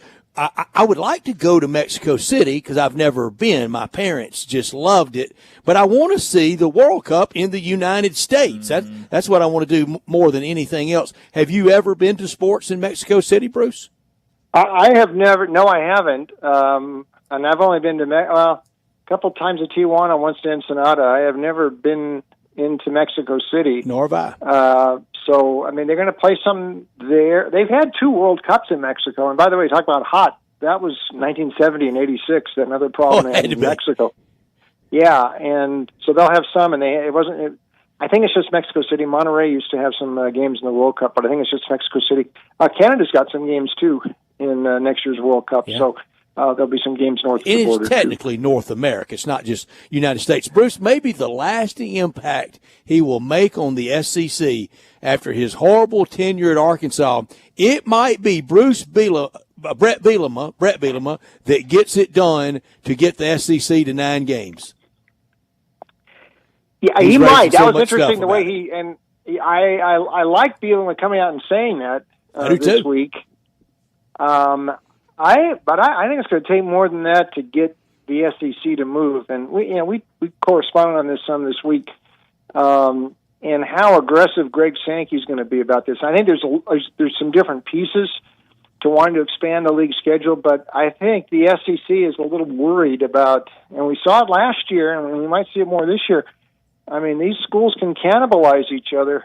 It's a tough go, and Ole Miss, great example. Ole Miss was one of the 12 best teams last year for sure, I think. But, they couldn't, they lost 3 games in the SEC, and you have one slip like the Kentucky game, and then you can lose 2 other ones, against LSU in overtime in Florida.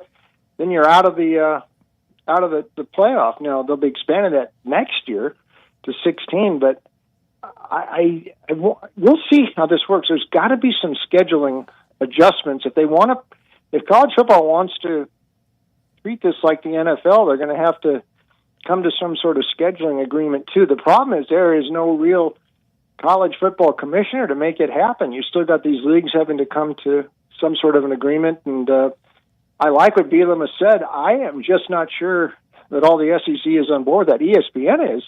But coaches and ADs, I mean, they'd rather play an FCS team, make sure to get a win, than schedule somebody from the Big Ten. So we will see. Yeah, there's a lot more of a desire for SEC teams to play Samford than it is to play Stanford.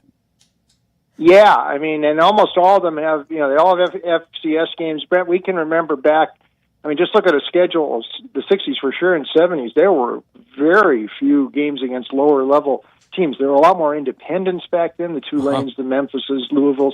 Virginia but you Tech. didn't see them. Yeah, you didn't see Western Carolina and, Mercer and schools like that on SEC schedules back then. You do now. Mm-hmm. Yeah, you absolutely do. Bruce, before we let you go, where can we find more of you? Thanks. Check me out online.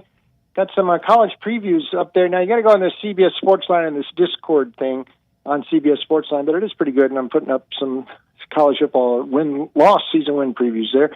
CBS Sportsline Discord, also at Sportsline, some picks up there for me. Also, VegasInsider.com and picks with a different twist, picks and parlays and winnersandwhiners.com.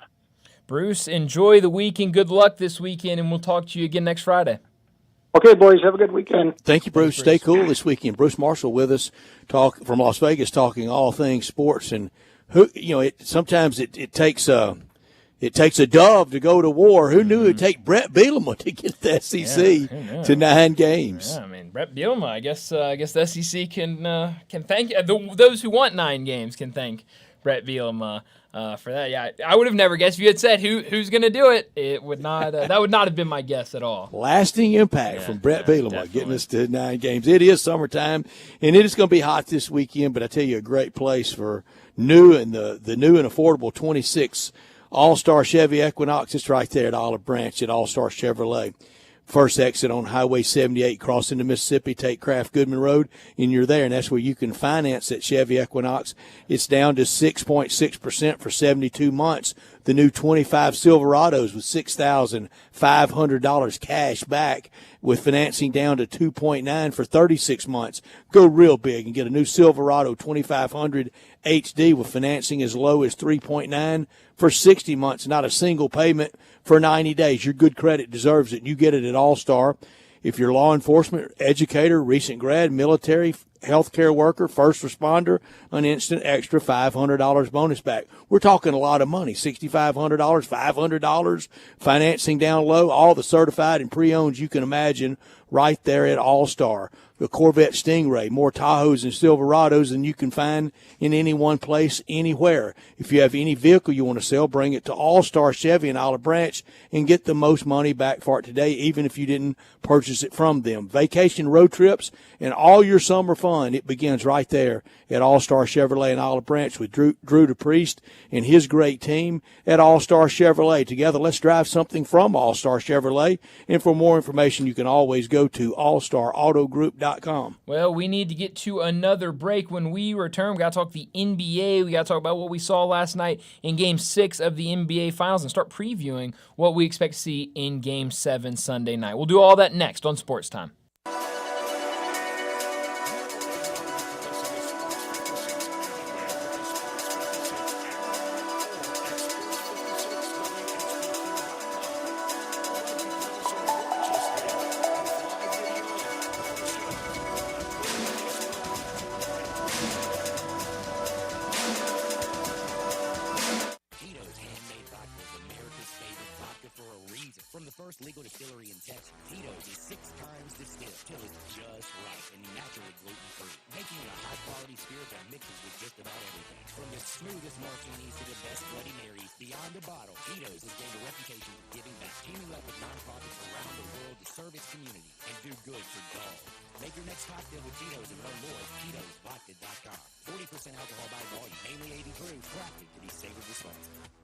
That's the whole point. It's a secret. Why does Central Barbecue feel like they have to keep the ingredients of their dry rub a secret? Because it's just that good. If people could find out the ingredients in Central Barbecue's dry rub, they could reverse engineer it and make their own Central Barbecue dry rub. Reverse engineer? These aren't state secrets. They may as well be. This is serious business. Central Barbecue already tells everybody that they slow smoke their meat for a full 24 hours over hickory and pecan, and that there's never any sauce in the pit. They're giving away too much information as it is. They're not giving away secrets. It's advertising. They're boasting about those things. You are so naive. Jenkins Floors and More invites you to the retail warehouse where they pass wholesale savings on to you. Jenkins Floors at 2356 Goodman Road in Horn Lake. Also stores in Cleveland, Mississippi and Little Rock. They specialize in flooring and carpeting, tile, plantation shutters, and blinds. Jenkins makes your life easy with a 2-week turnaround. Contractors, builders, and family projects call 662-469-9350 for a free estimate. Owners Timmy and Rebecca Jenkins say hello to Sports 56 fans and look forward to your business. What happens to former real estate agents when they want to sell their homes? This is Sheldon Rosenberg, Ashley Shell Dunn, with Mark Spencer Realtors. I am so proud and feel so honored that former real estate agents contact me when they want to sell their homes. They know that I've been in the business for quite a while, have a great deal of experience, and know that I am good at marketing, not merely putting a sign in the yard and looking at sales. Over the years, I have developed a highly successful strategic marketing program that can mean the difference in what you make and win. Talk to 2 to 3 real estate brokers, but make sure that I am one of them. So if you or somebody you know is thinking about selling a home, remember what other real estate agents have been in business doing. Then call me, Sheldon Rosenberg, at 483-0546, or email me at memphisrelocate.com. I will wait to hear from you and take advantage of this good market. That's 483-0546 or memphisrelocate.com. Thank you.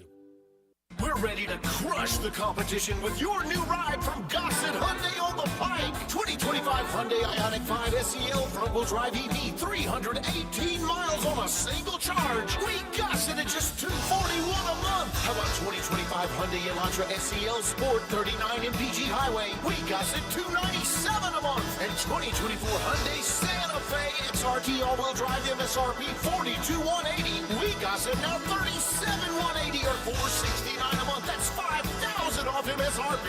And you always get America's best 10-year, 100,000-mile powertrain limited warranty. So get to Gossett Hyundai today, 1870 Covington Pike, or visit us online, HyundaiGossett.com. If you want it, we got it at Gossett Motor Cars. MSRP 52015, SYO 16445, Elantra SU 997 852, MSRP 25565, Santa Fe RH 116339, MSRP 42180, includes all rebates and incentives, PF 895, excludes tax island license with approved credit. See dealer for complete details. Offer valid through end of the month. Dealer stock only. This traffic brought to you by Raleigh Tire Auto Service, your local family-owned business for over 60 years. Sports 56 traffic. Good afternoon. We're dodging some nasty thunderstorms out here in certain areas. Give yourself a little bit of extra time right in the heart of rush hour traffic as this rain moves through our area. It's already crowded over here at times on I-40, especially at Chelsea, trying to get up through the Midtown area. Watching it build on 240 East from Mill Branch all the way out to 385. Dandelions, crabgrass, Lawn Solution says give them a call here in Memphis at 867-5626. I'm Commander Chuck with your on-time traffic.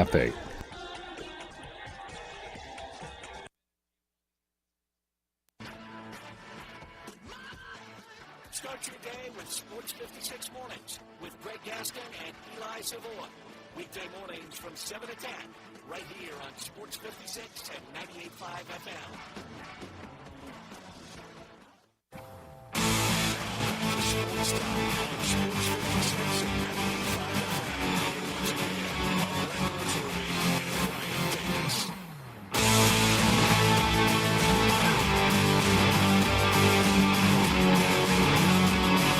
Ryan Davis. Well, we talked a little bit about Game 6 of the NBA Finals earlier. The Pacers, a big win over the Thunder to extend this to a 7th game. And really, everything we talked about yesterday of this is what has to happen for the Pacers to extend the series. They went out and executed. You got big performances from the bench guys. You got a big lead to where you could rest Tyrese Halliburton. They limited turnovers. They did a really nice job defensively against OKC.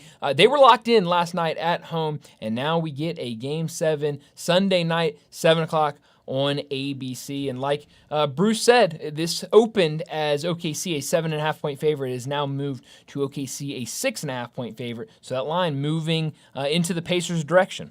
A lot of props and a lot of different bets that we got from our friend Jimmy Shapiro at betonline.ag. You know, the point spread, the over and under, money line. Will the game go to overtime? Will Game 7 go to overtime? Yes, it's 15-1. The last, this is his note, not mine. This is great stuff. The last NBA Finals Game 7 to go to overtime, 1962. Whoa. All right. I've got nothing on that one. I would have never, ever. No. Will the team leading at halftime win the game? Largest lead over and under 17.5. Oh, wow. Will the winning team ever trail by double digits? Yes. 11-4. No. 2-9. Wow. That's minus 450. Yeah. Well, that makes sense. I'll save you taking your shoes off. Thank you. Margin of victory, OKC by 3-6 at 5-1, 10-13 at 5-1. Wow. Okay. Yeah. Will there be a technical foul in the game? James Johnson, Okay. come on. Well, yeah. This is your time. I guess if we get into James Johnson range, then certainly. Will T.J. McConnell have a backcourt steal? This is Super Bowl good stuff, isn't Good it? stuff. This is really good stuff. Wow. Okay. I love a good T.J. McConnell prop. I do too. Why not? He was part of my parlay last night in Game 6. I think we close to the top of the show mentioned $17.5 million for the over and under on TV viewers, according to Nielsen. You don't get to come up with your own statistics. Right. They've got somebody that they go by.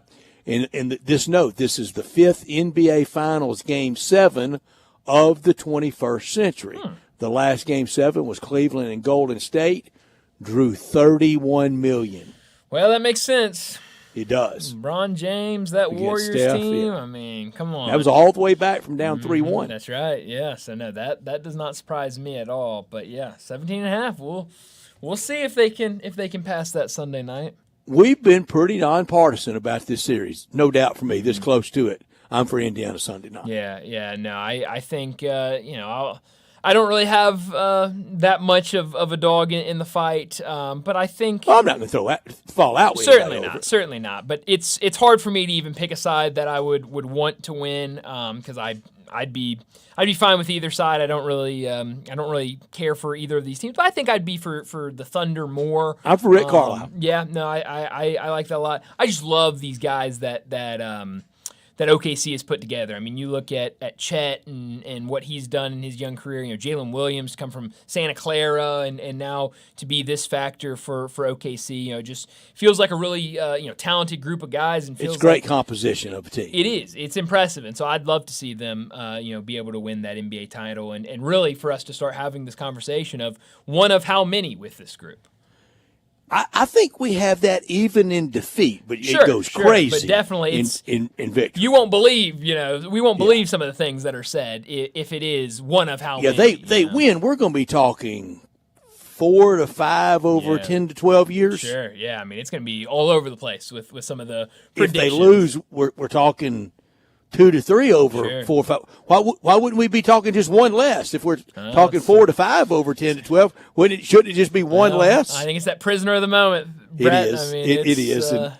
We know Gosh. everything changes with the winner of the And loss. we know talk radio can be that, don't we? Oh, it always. I mean, and it's also, part of that we talked about yesterday. It's June, Brett, I mean, it's a lot can change with just being the time of the year and what you say and do. If Indiana wins out of the current East, that will make 11 out of 15 that they've won it. Yeah. Most of them,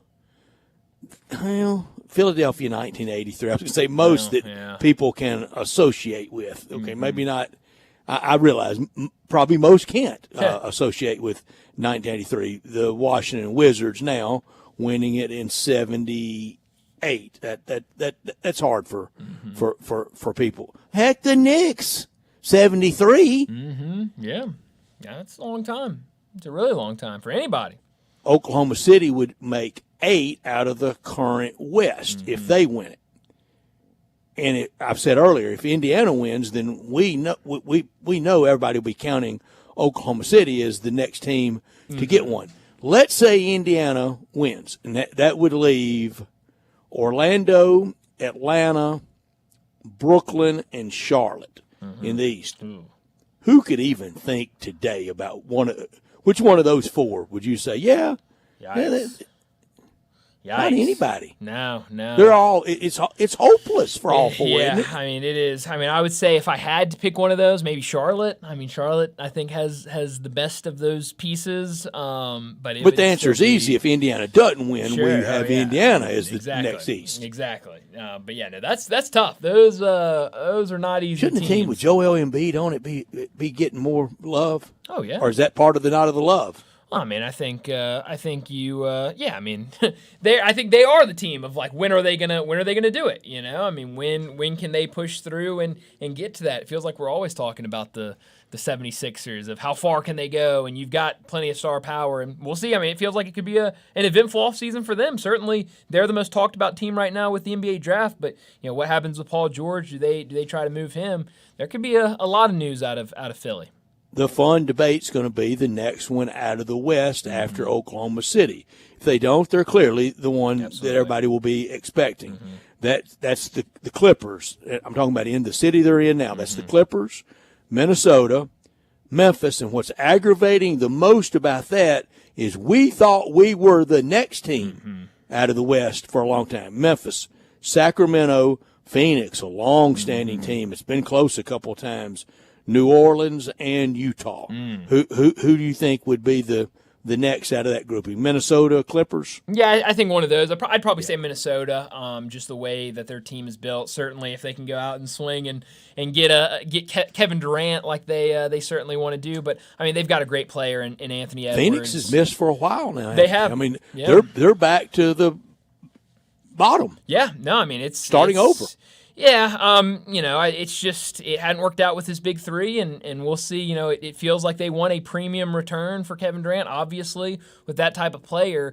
So we'll see where they're at next year. I've seen a lot of people talking about it's complete blow up rebuild for Phoenix. I don't think it's necessarily that. I think they still want to be very competitive, but it's certainly not going to look the same, and it hasn't worked out with this group. And we'll see if maybe moving Kevin Durant can open things up and maybe do it. But I'd say Minnesota probably the next with me. I mean, you got a rising star in Anthony Edwards and just an unbelievable player and what he can do as he continues to grow and some of those other pieces around him. That feels like probably the next team for me at least. Don't know if Chris Finch is the guy to do it, Paul. Yeah, maybe not. I know that was maybe the Dave Van Horn of the Timberwolves. Could be. That's a conversation here around the NBA a lot. And is this the guy that can take you over that hump? And maybe he's not the guy, but certainly could be. They've been a team that's been able to get far into the NBA Finals, just haven't been able to get over that hump to the NBA Finals. This next statement I'm going to make, I don't make it to chide anyone. I don't make it to poke at anyone. In fact, I'm kind of happy about it. I really am. So I think we believe that Charlotte is the never team in the East, right? Yeah. I mean, they're in a bad spot right now. They're pretty close. We are not the never team in the West. No, we are not. No, definitely not. Definitely not. New Orleans and Sacramento well ahead of us is never. Yeah, no. Definitely. And Utah, if you didn't win it with Stockton and the mailman. Yeah, I mean, it's probably not. Yeah, it makes it pretty tough. Then you had they picked some tough years to try to get out of there. Sure, they're having to get through the greatest ever. Oh, if he's not, he's second, but I think he is one. No, I mean it was not easy for them in that time to try to break through. But we're not the never team in a loaded forever West, as far as I can see, loaded. Oh yeah, and that's what makes it so much tougher in the West than even in the East of any of those teams you mentioned, and certainly Charlotte. I wouldn't be shocked if they can continue to build and maybe get on one of those rides. But, in the West, it's just year in, year out. The stars are there. Really good teams in there. And so it makes it tougher. But, yeah, definitely. A lot of coaches, a lot of owners in Charlotte. Yeah. Oh, certainly is. But I'm just talking about their couple of nicknames. Oh, well, yeah, that is true. But couple arenas. Yeah, that is also true. But just talking about their players, the guys they have, they've got some good players and guys that can grow. I don't know if they can get over that hump, but they've got some good players. I saw him last year at FedEx Forum, and I swear, I'm looking at the roster with me. He's a great college player, great player, great. All put together, not much. That's right. Yeah, and they've got it. I mean, they're just so young, and don't really have much veteran presence on that roster of guys that can really just start kind of turning things around. But no, you're right about Memphis. I mean, they're nowhere close in that conversation, and so it's a lot tougher in the West. But I think you make the right moves, you start kind of retooling this team, and I think you can slowly start getting back in that conversation. I think we're closer to Atlanta, and I know we're a better basketball town than Atlanta. Definitely, yeah. And so, I love that comparison you made. I guess either earlier this week or last week when you made that. East version of us. Yeah, I kind of like that, and it feels like two teams that are moving in the right direction. Could be moving in the right direction with some moves that have been made, but we'll see. Obviously, one of these teams, like you mentioned, they're going to win it all. The other team is going to be a team that's talked about a lot of. Can they get over that? Are they the next to do it? So it will be a lot of fun Sunday night to watch Game 7 again, 7:00 on ABC. Well, we need to get to another break, and when we return, it'll be time for Big Number of the Day. Be sure to follow us at Sports56 WHBQ on Twitter, Facebook, Instagram, and YouTube to watch live video of our shows. Stay up to date with station events and have chances to win prizes. Don't miss out on anything that's going on. Follow us at Sports56 WHBQ. Everything today is technologically based. Well, except maybe you. If you're struggling with tech, no matter what kind, call Tech for You. Tech for You for TVs, home theaters, cameras, smart locks, digital storage, and more. Tech for You makes it simple and affordable. 697-9695. Make your home safe, comfortable, and up to date with Tech for You. Stop struggling with tech. Call 697-9695. Veteran owned and operated. Tech for You. Technology simplified.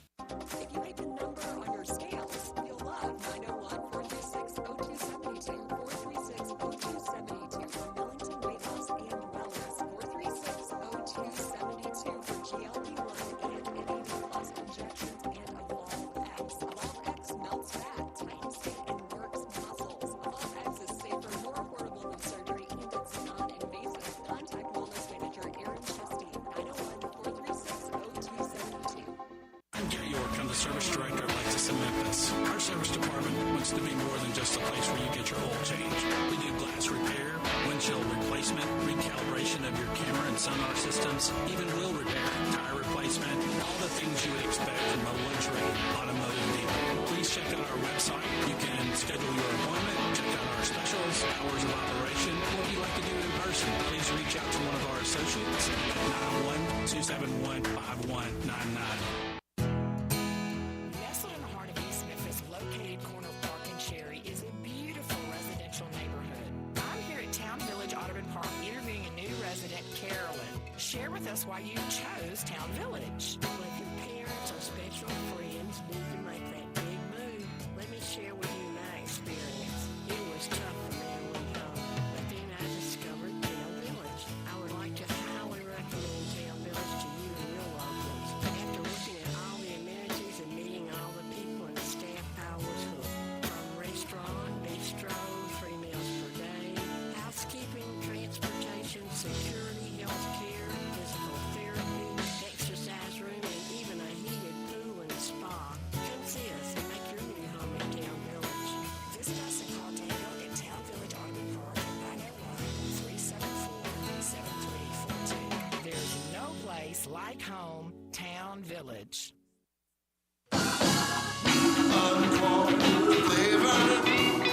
Cargill's barbecue. Cooking it up. Down home way. Hickory smoke flavor like a good old day. Hey y'all, Jimmy Stone over here with Corky's Barbecue. Catering is our specialty. New games and trusted cookies to cater their events.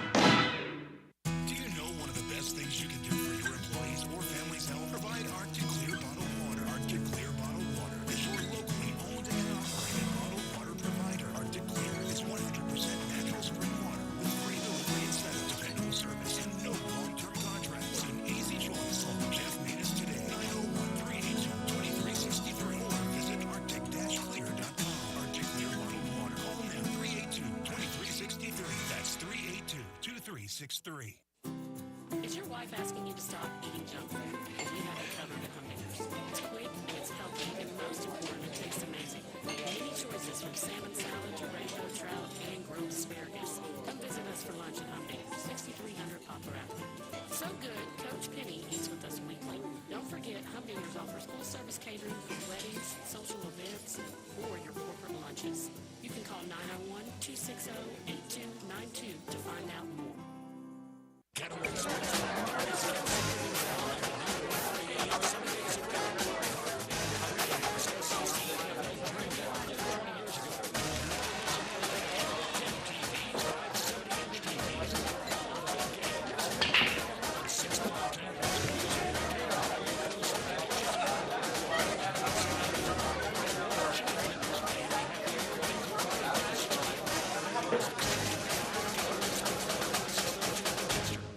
Locally owned and operated for over 40 years, Automatic Gates Construction tailors custom gate solutions for all your residential, commercial, and industrial needs, including repairs, maintenance, and installation.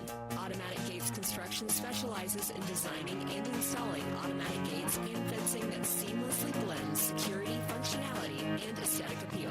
Elevate the safety and efficiency of your property with a premium gate solution. Automatic Gates Construction at myautomaticgates.com.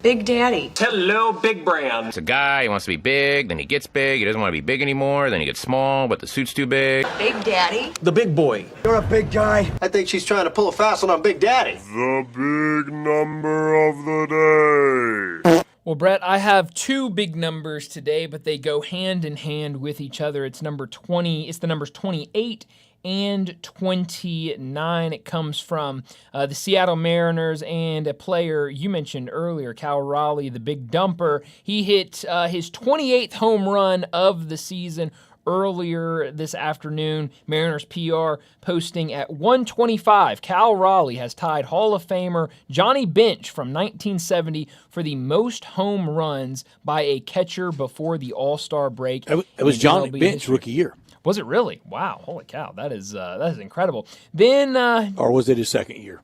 Early in his career. Still extremely impressive, whichever one it was. But then, just a couple hours later, Mariners PR tweeting out again.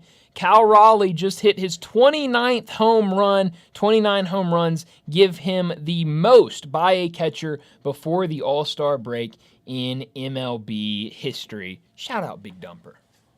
Early in his career, Johnny Bench made his debut in 68, Rookie of the Year, 69, so he did that in 70. Wow. 45 home runs. I'm looking at Baseball Ref now. 148 RBI. That's insane. That is really incredible. Followed it up with another 40 home run year in 72. That's catching every day. Yeah, no, that is elite stuff.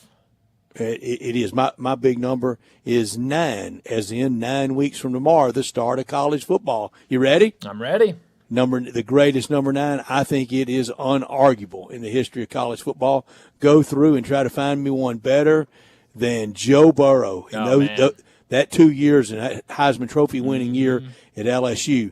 In those 2 years, he threw 76 touchdown passes in 2 years at LSU, over 8,500 yards, 25-3, and became a G.O.D. in the state of Louisiana. No, he absolutely did. You could be going to LSU games. Now, there are a lot of Jaden Daniels jerseys out at games. I saw a Joe Burrow jersey in the stands in Omaha. Yeah, I mean, adored. Oh, yeah. And when he went out there with the affectation, with the Cajun French affectation on Burrow, that put him, and sealing that national championship. That put him in legendary status. Yeah, no, you're right. That jersey, that was what, before even winning the championship or anything, that really already solidified him as a LSU legend. That was really cool to see. But yeah, I mean, just his performance, you're absolutely right. I mean, go find a number 9 better than Joe Burrow. It'd be very hard to do that. And Brian, we're going to start next Tuesday. Unbelievable! Next Tuesday, our first quarterback rankings. Landon, you as well. We will do the NFC East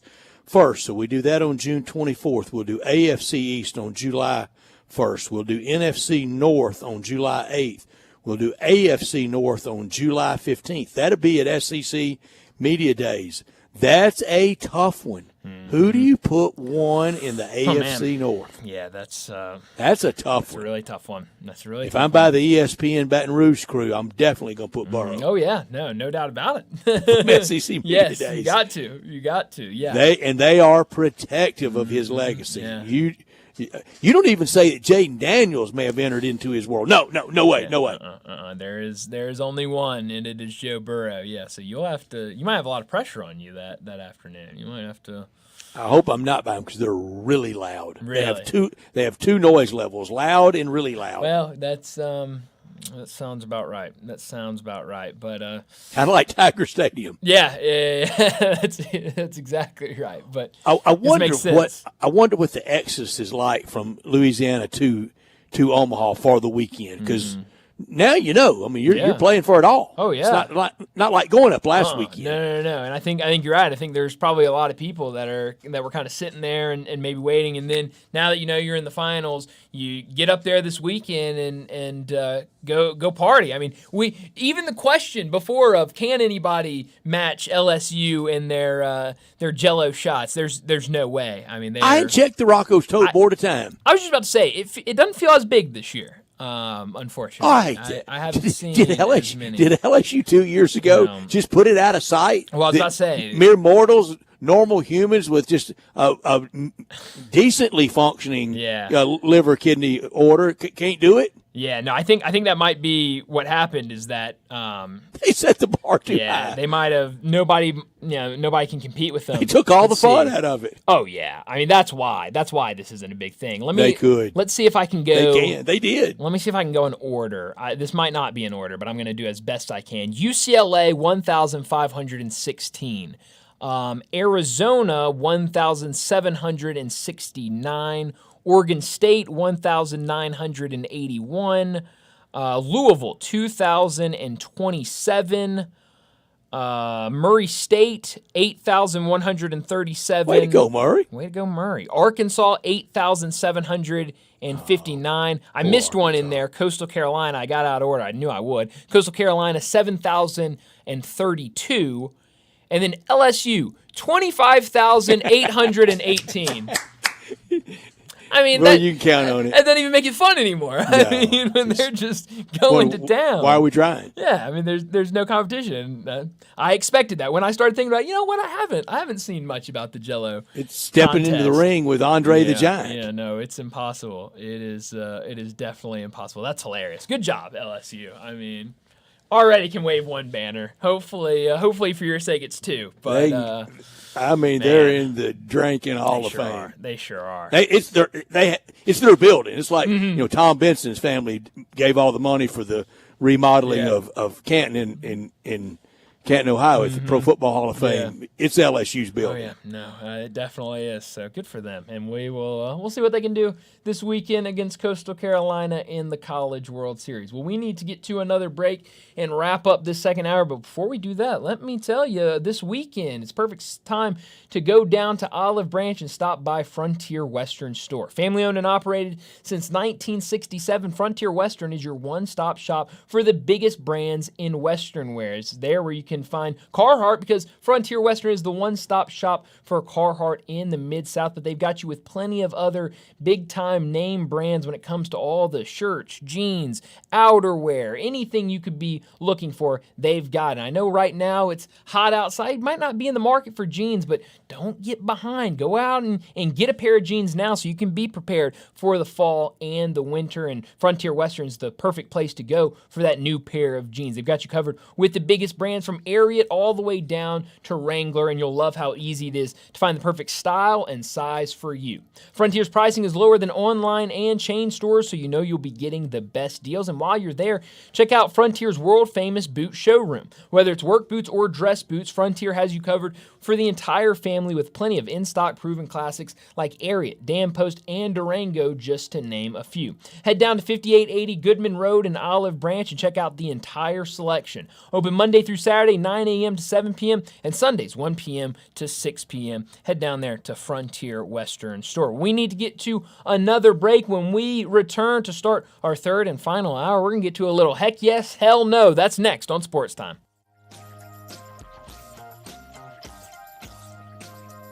Since 1948, in the alley, the Rendezvous. I'm with John Vargas. John, what's going on in the Rendezvous? Brett, after 76 years, we've decided to expand our product line. Anyone who's tasted our ribs is familiar with our vinegar base. It's now available in the 32-ounce jar. It's so good to base or marinate all meats. I even put a little bit on turnip greens. Something we've been using at the restaurant or at our house has been the Greek seasoning. My father was a cook, but my mother was a chef. And she was the one that put Greek seasoning on everything from the Mediterranean diet to steak. My mom used it on soup, salad, veggies, fish, any meat. It's a great seasoning and a flavor enhancer. My brother Nick figured out salt and pepper is more than just McCormick's and Morton's. He's come up with the perfect blend we use to coat our shoulders and our brisket, and he used to make it for his friends as Christmas gifts, and they loved it. All these products are available at Rendezvous or online for shipping as gifts and in many grocery stores. And if they're not in your favorite grocery store, ask your grocer to stock it. A beloved family affair is still going strong since 1948. Rendezvous.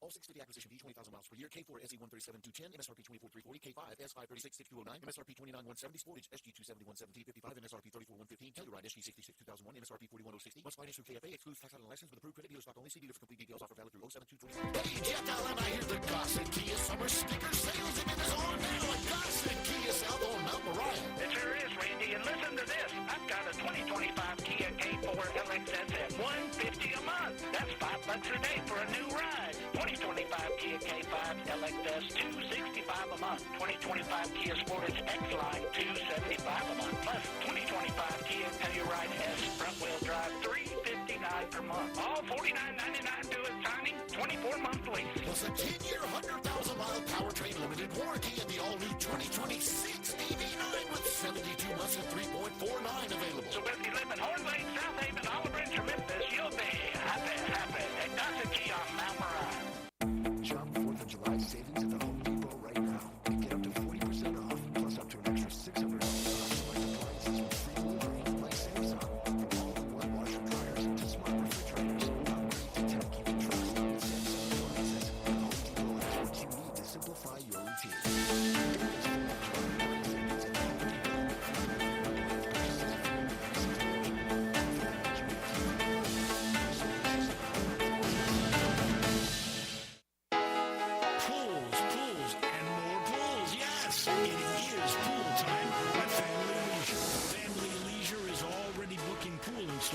So you need to buy now and get on that list. 24-foot pools start at $19.99 install.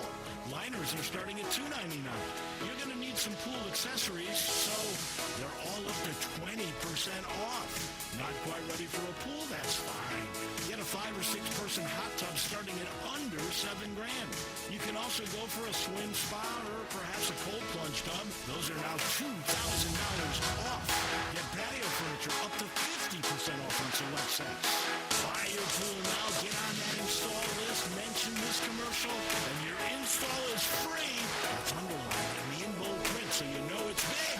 It's pool time at Family Leisure. Family Leisure, Whitten Road at I-40, where family and fun come together. Miss Rebel, Miss Rebel. Online radio show is back on WHBQ Sports 56 and 98.5 FM. Every Monday night at 6, hear the latest news on your Ole Miss Rebels with Nancy Porter with 24/7 Sports. Your home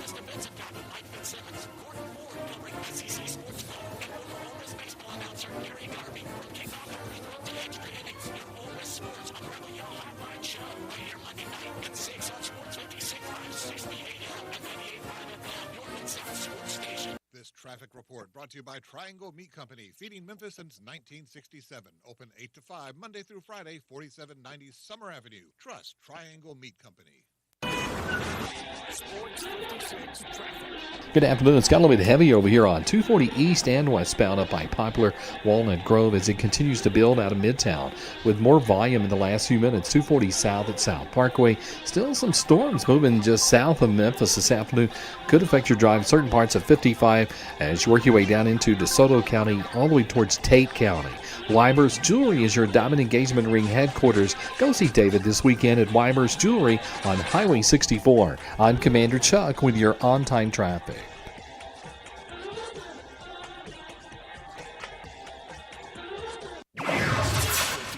WHBQ Memphis and W253DF Memphis with Greg Gaston and Eli Savoy.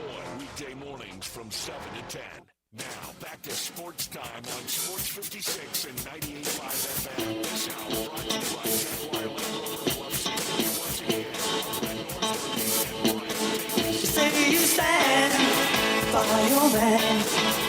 Tell me something I don't understand.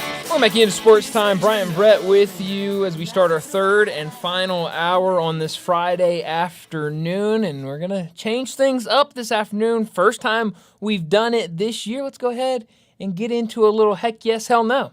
Heck yeah! Hell no! All right, Landon, you ready? About as ready as I'll ever be. All right. And thank you to the great C.J. Hurt. That's right. Yeah, shout out C.J. Is there a specific sport you guys want to start with? Wherever you want to go. All right, well, I actually thought about this beforehand. I just wanted to give you all a chance to talk about it. Sounds like a warning. It does sound like a warning. I wanted to give you all a little bit of a chance. Since it is NBA Finals time and we do have a game 7, I figured we'd start with the NBA. Ironically, my first one was going to be that Jaren or Desmond is traded this offseason. Heck yes. Heck yes. All right, good. We're starting off strong. I changed it a little bit to say the Grizzlies trade for a big star this offseason. I'm going to go with hell no. In terms of big star, I think that would mean probably Giannis or Kevin Durant. I just don't see them getting involved. We know DeMichael Cole's put out that they're not in the running for Kevin Durant. They're not going to put anything together to try to get Kevin Durant. And when you talk about big stars, we talked about that big three kind of getting out of there. So I think this is going to be more guys that they feel like they can play alongside Ja and Jaren. Not necessarily big-time superstars. I think good players. I think, borderline somewhat, could be considered star players on teams, but I think it's going to be kind of smaller pieces that they add this offseason. Brian, I just don't know why you have to curse so much. I really don't. It's really unbelievable. It's a great question. It really is. It really is. It's a question my mother asks me all the time. I know, which is you never do. And I swear there was a time way back, and I know I asked Gabe. I said, Gabe, should we do it? I don't want to make a good man like Brian have to. And we decided. I think we asked you. You're okay. You started laughing. You said, "Oh, don't worry about that." Absolutely. So this doesn't really count. No, certainly not. But my answer is heck yeah. Okay. It is. I do think something's big out there now. To get, you got to give, and we know we're not getting rid of 12, right? No, definitely not. We know Desmond Bain's gone. Yep.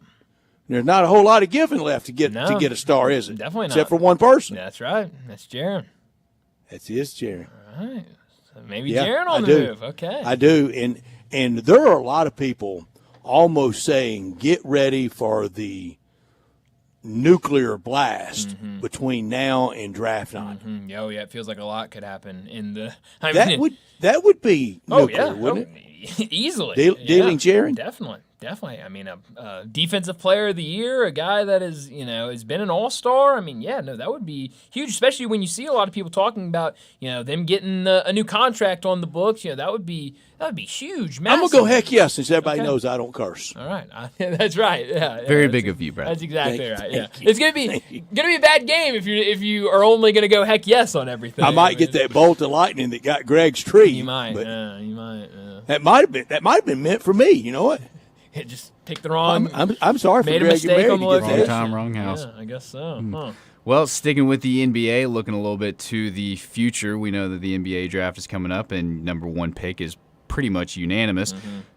My statement: Cooper Flagg wins Rookie of the Year. Oh, heck yes. I mean, I think it's going to be easy. Mm-hmm. I think you could already start inscribing that Rookie of the Year, as long as no injuries. I think that's the only thing. That's right. Everything around the no injury proviso. Here's mine inside of that. Will it be as unanimous early? I mean, just almost opening night as Wemby's was. I think it'll be. It won't be Wemby because I think there was a big gap between Victor Wembanyama and Scoot Henderson, even though both were guys that a lot of people were excited. It was his at Christmas. It was. No, it was super early. I think it could be like that for Cooper Flagg. I mean, I think Dylan Harper's a great player.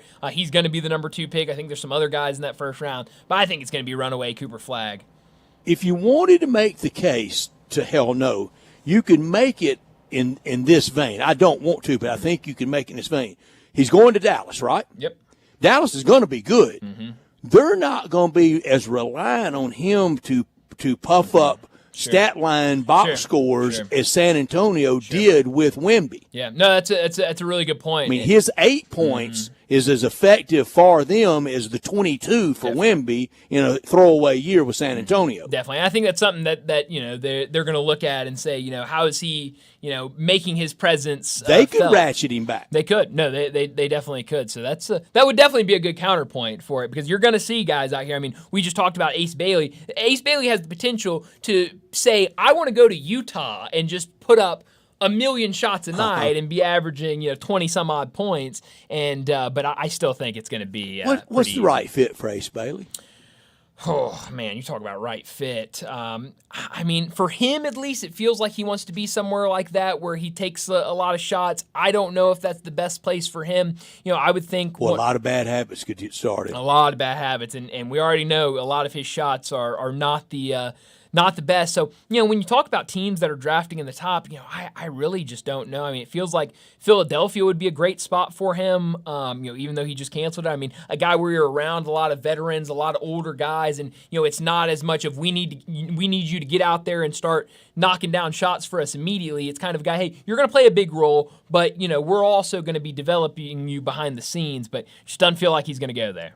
At Rutgers, isn't Brevin Knight's brother an assistant there? That's right. Yeah, I'm pretty sure that's right. Yeah, Brevin could give us the intel he sure on could. him. He definitely could give us everything we need to know about Ace. All right, one more for the NBA. All right, hit us with it. Kevin Durant becomes a Spur, and San Antonio makes the Western Conference Finals. Wow, this is a loaded one. Sure is. Brad, I'll let you start us off. Hell no. He doesn't become a Spur, and if he did, he wouldn't get them to the Western Conference Finals. They need a lot more than that. Now, Pop's health is why he retired, but I hope he could get well. But you would get well a lot faster if you thought you were going to the Western Conference Finals with just one addition. And I hope he does. But no, I think Durant at 37. I don't know why until I heard you say that yesterday. Did that really? No. I mean, it's hard to believe. It's really hard to believe. Yeah, it is. And I don't. And then I don't know why that hits me like that because I saw him here as a supersonic. Yeah, that's right. Yeah, I mean, if anybody that was once a supersonic, I mean, the years I saw him here at FedEx Forum. That wasn't even pyramid days. Yeah, holy cow. Yeah. I mean, that's, but yeah, he's been around for a while, but it doesn't feel like it at all. So that is really surprising. Man, I'm going to go hell no. But I'm going to say heck yes on the first part, hell no on the second part. I think I'm going to say he is I'm a categorically Spur. cross hell no. Yeah, I'm going to say he is a Spur. I think that's where he wants to be. I think if you ranked everything, number one is he wants to be a Spur. And I think eventually, whether it's Why is that the destination?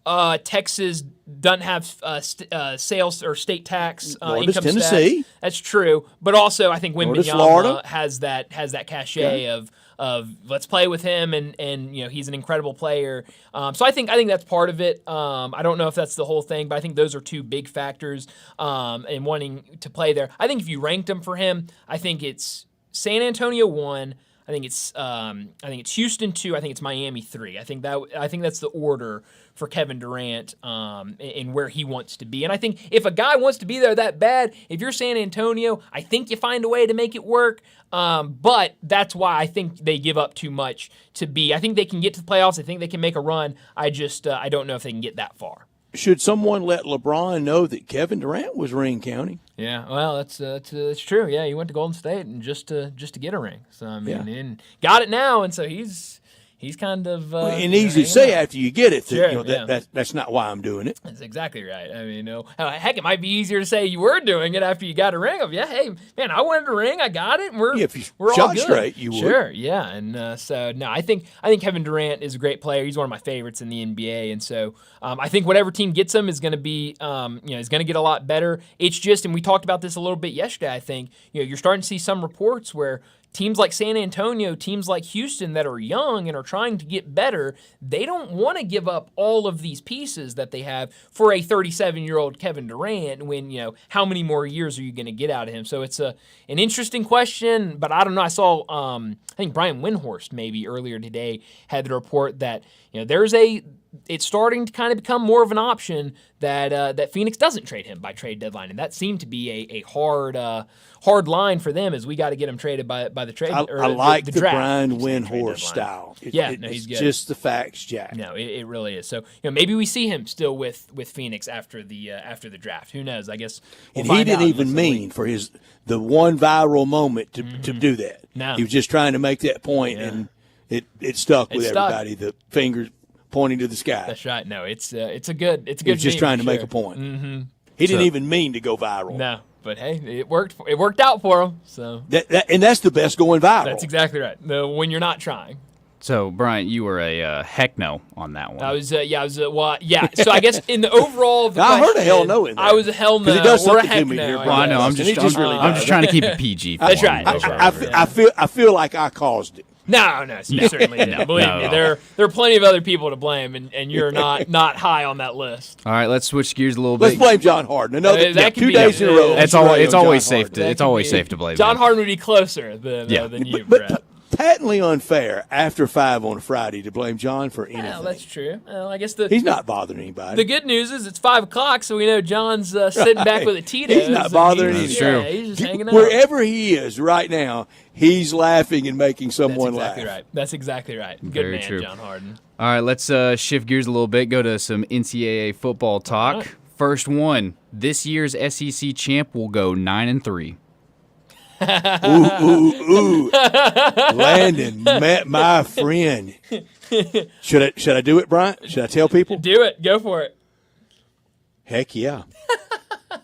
So I go through last weekend, first time, W's and L's, lightly shaded pencil.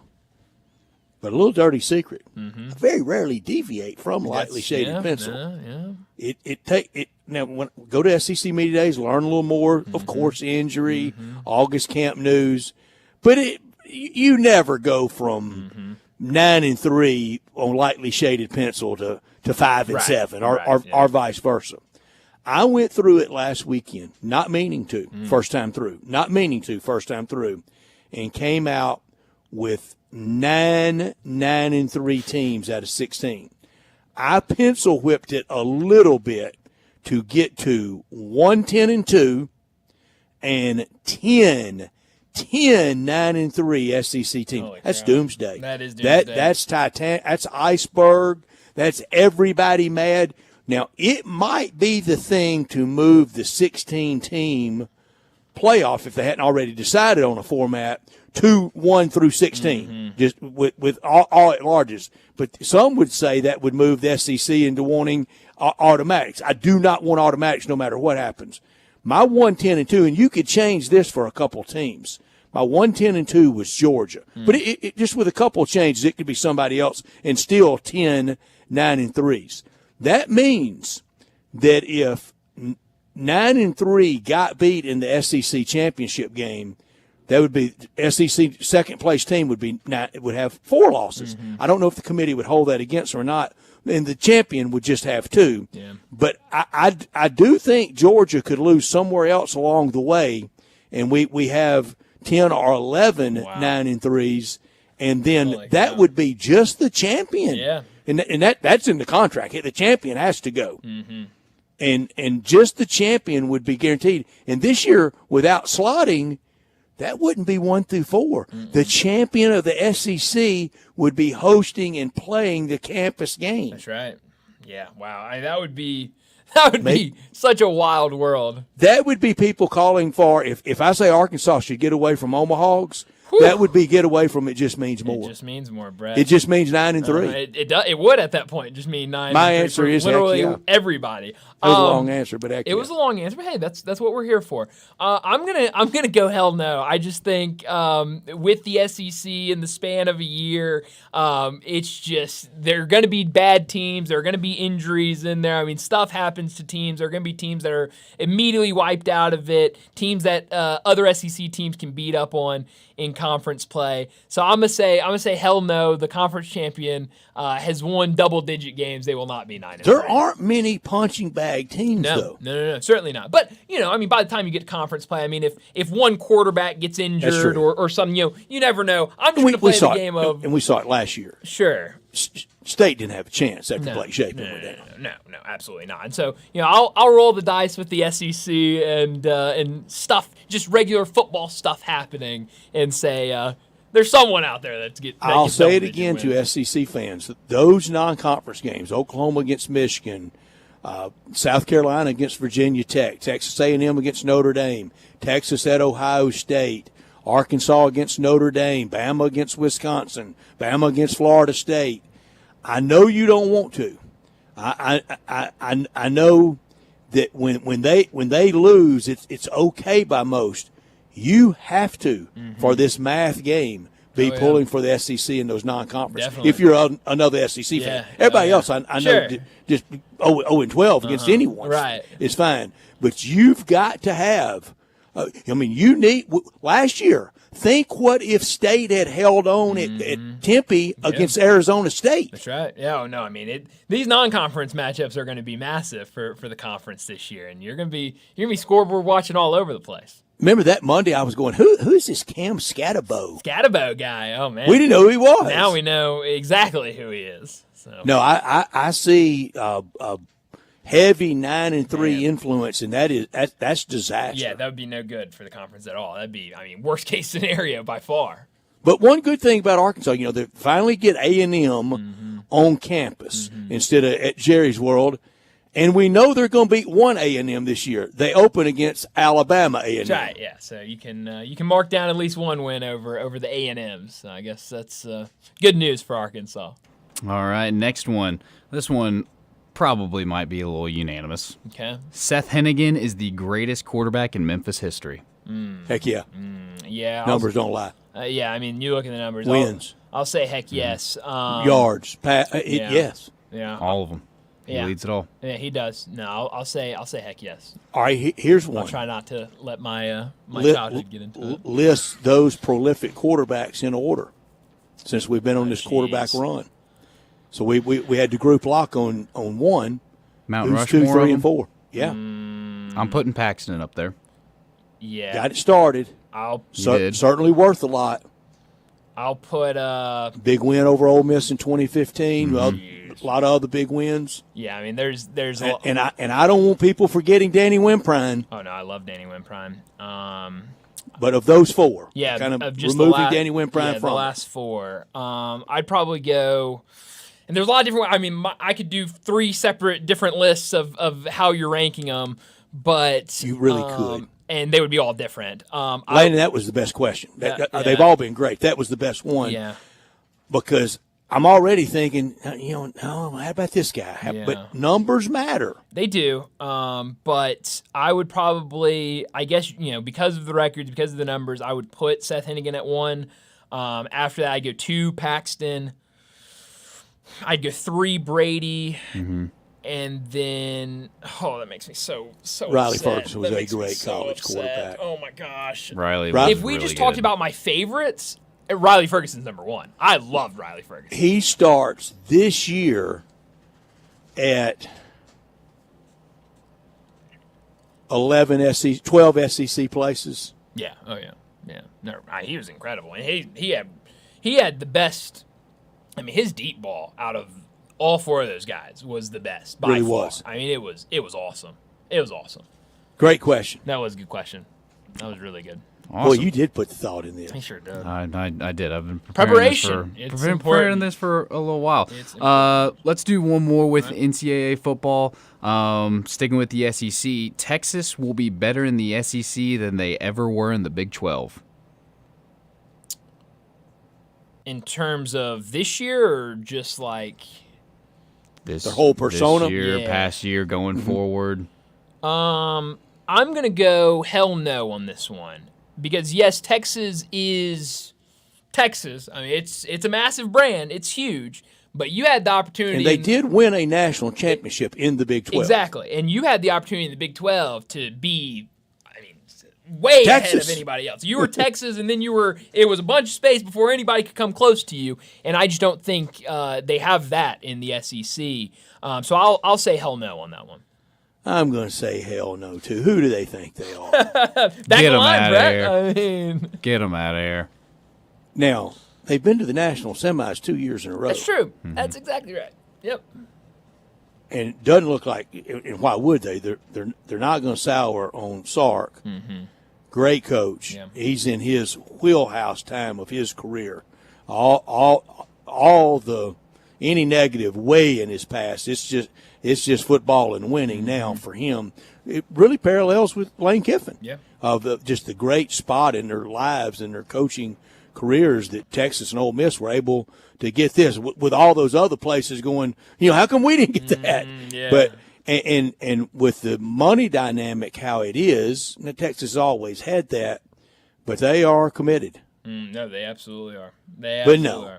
No, They're not taking over. No. I will say. I'll say no to that. Let's sneak one more in here. All right. Well, let's just move up a little bit then. Maybe do two quick ones in the Okay. NFL. All right. First one, Cam Ward will win Offensive Rookie of the Year. Brett, I'll let you start this out. If you don't want to, I'll start. I got my Go answer. ahead. Hell no. Hell no, No. he's not going to be the I don't offensive do rookie Landon of like the year. that, though, I but- don't either. But I mean, But who is if he isn't? I was about to ask that. That's a great- If not Cam, then who? that's a great question. I don't know. But I mean, I would take in the NFL, and I don't have the numbers in front of me. I know who it is. Who is it? It's number 6 for the New York Football It's old Giants. Jackson Dart. Oh, Jackson Dart. Well, that would be something. That would be some type of year in New York if it is. But I would take, if you told me the odds, and I'm sure I don't know what the odds would be, but just yes or no of the number one pick being the offensive rookie of the year, I would take no every single time. I mean, because you're in a bad situation. No's easy, You're Dad, the no. It's so much different though, which is weird because you started this off by asking and if the question Caleb about Williams couldn't be. Exactly. But it's so weird though, Brett, because you started this off by asking about Cooper Flagg, and we immediately said absolutely he's the rookie of the year. And a lot of times in the NBA, that number one pick, you go into the season going he's going to be the rookie of the year, and for the NFL, it feels a lot different. It's like It feels a he's little not more gonna be. individual in NBA It than does. it does Than in it football. does in 'Cause football. Football is the ultimate Absolutely. team sport. I promise you, I was studying up on the Bears. After the Hail Mary, they didn't win again until the Packers didn't put a team on the field last game of the year. That's insane. That did something We to talked them. about it. It was that. I mean, that was the point in the season. That was you it. know? That was the fork Game in the road over. for them. Yeah, that was tough. All right, one more. Yeah, last one. Bills make the Super Bowl. Heck yes. This is the year they put everything together. They're going to get through Josh Allen. He's a married man now. They're going to the Super Bowl. I don't know what that has to do with anything. Heck but yeah. I can tell you what, leaning heavily to my Super Bowl 60 pick. 60. I can't believe that. Detroit and Buffalo. I'm halfway there with you. And kind of neighbors. Yeah, they are. They are. Not far, Yeah. way up there. I was really hoping it was the Buffalo Bills and the Dallas Cowboys as your Super Bowl prediction. No, Cowboys aren't making it. That's in no shade of Sorry. pencil. I hate that. I'm going to throw in a quick one because we had a text earlier, and so I'll form it as a heck yes or hell no for this text that we got in earlier. Sean texted in. This was earlier when we were talking to Bruce Marshall, and he mentioned expansion. He said, will Memphis move to the Eastern Conference if they add Las Vegas and Seattle? Heck yes, and that will be a glorious day when it is. The Grizzlies are in the Eastern Conference. Heck yes, and at playoff time. Oh, man. But we're all fine here in the West, right? Aren't we? Well, no. Give me to the East. Give me to the East. Not at 8:45 that Thursday night tip time. Yeah, don't send me out to Golden State and be the 9 o'clock game. Let me have some of those 5:30 on NBA man. TV tips. Yeah. Give me out to All Boston right, and. Not a heck yes or hell no, but get your music out. Y'all ready? Oh, Landon, I forgot did you about have the it ready? iTunes game. Oh my gosh! Did you have iTunes ready, Landon? Holy cow! All right. All right. Do you know how we do it? I'm learning on the go. All right, I'm Landon, ready. pick an initial. Any initial. L. Pick L. Okay. L. All right. Now a number. 17. L. 17 might be too low. A number between 1 and 9 might be too high. 8. L8. L8. Brian, are you looking up 8s? Yeah, hold on. I'm getting to 8. I'm getting to L8. Hold on. L. My L's are great. I could have gotten to 17. What is this?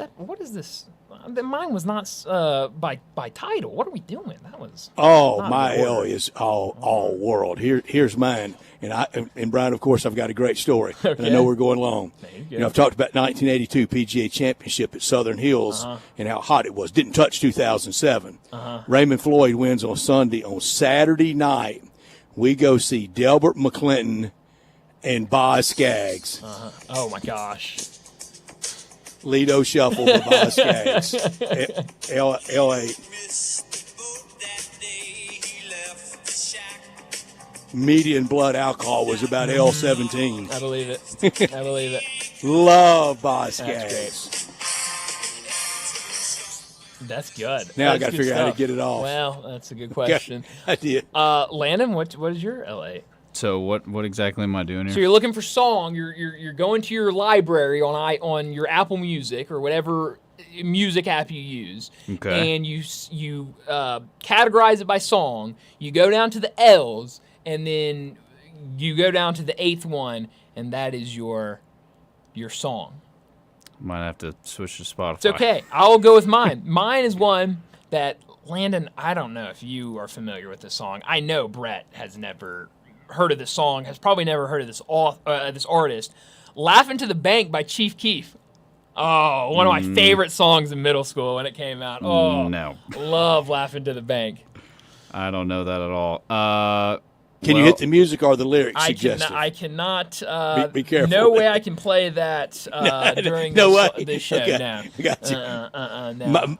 Mine, I tell you how good mine was. In Between was Levitating by Dua Lipa. You and Gabe laughed at me when I first broke it out. And Dua behind Lipa that, in there. Lie to Me by Johnny Lang. Oh, that's good. And Johnny Lang has a lot of Boz Scaggs in him. Oh yeah, no, that's good. Those are some there's some good names in there. Well, mine is just iconic through and through. Okay. A little Bon Jovi action. Oh, I like that. Living on a Prayer. That's great. Living on a Prayer. How about good is that, huh? that? That's pretty good. I mean, That's for really good. L8. That's a good pull. If Landon had his music going and I had Lido Shuffle going, would it drown out the suggestive lyrics of yours? You know, I don't know. I don't want to Still give it better a try. not try. No, The I Hope, don't maybe? wanna, I don't want to give it a try. It's a great No, song no. though. It was one of my favorites in I'd middle hate to school. get that call. What in the world are y'all doing up there? Yeah, what is playing on the radio right now? No. We will not be trying that. But we need to get to a break here. We're late for one. A fun edition of Heck Yes, Hell No. A little iTunes game in there as well. Let's get to a break. And when we return, we will talk about what's trending. Don't go anywhere. You're listening to Sports Time. We are real sports talk. Sports 56 WHBQ.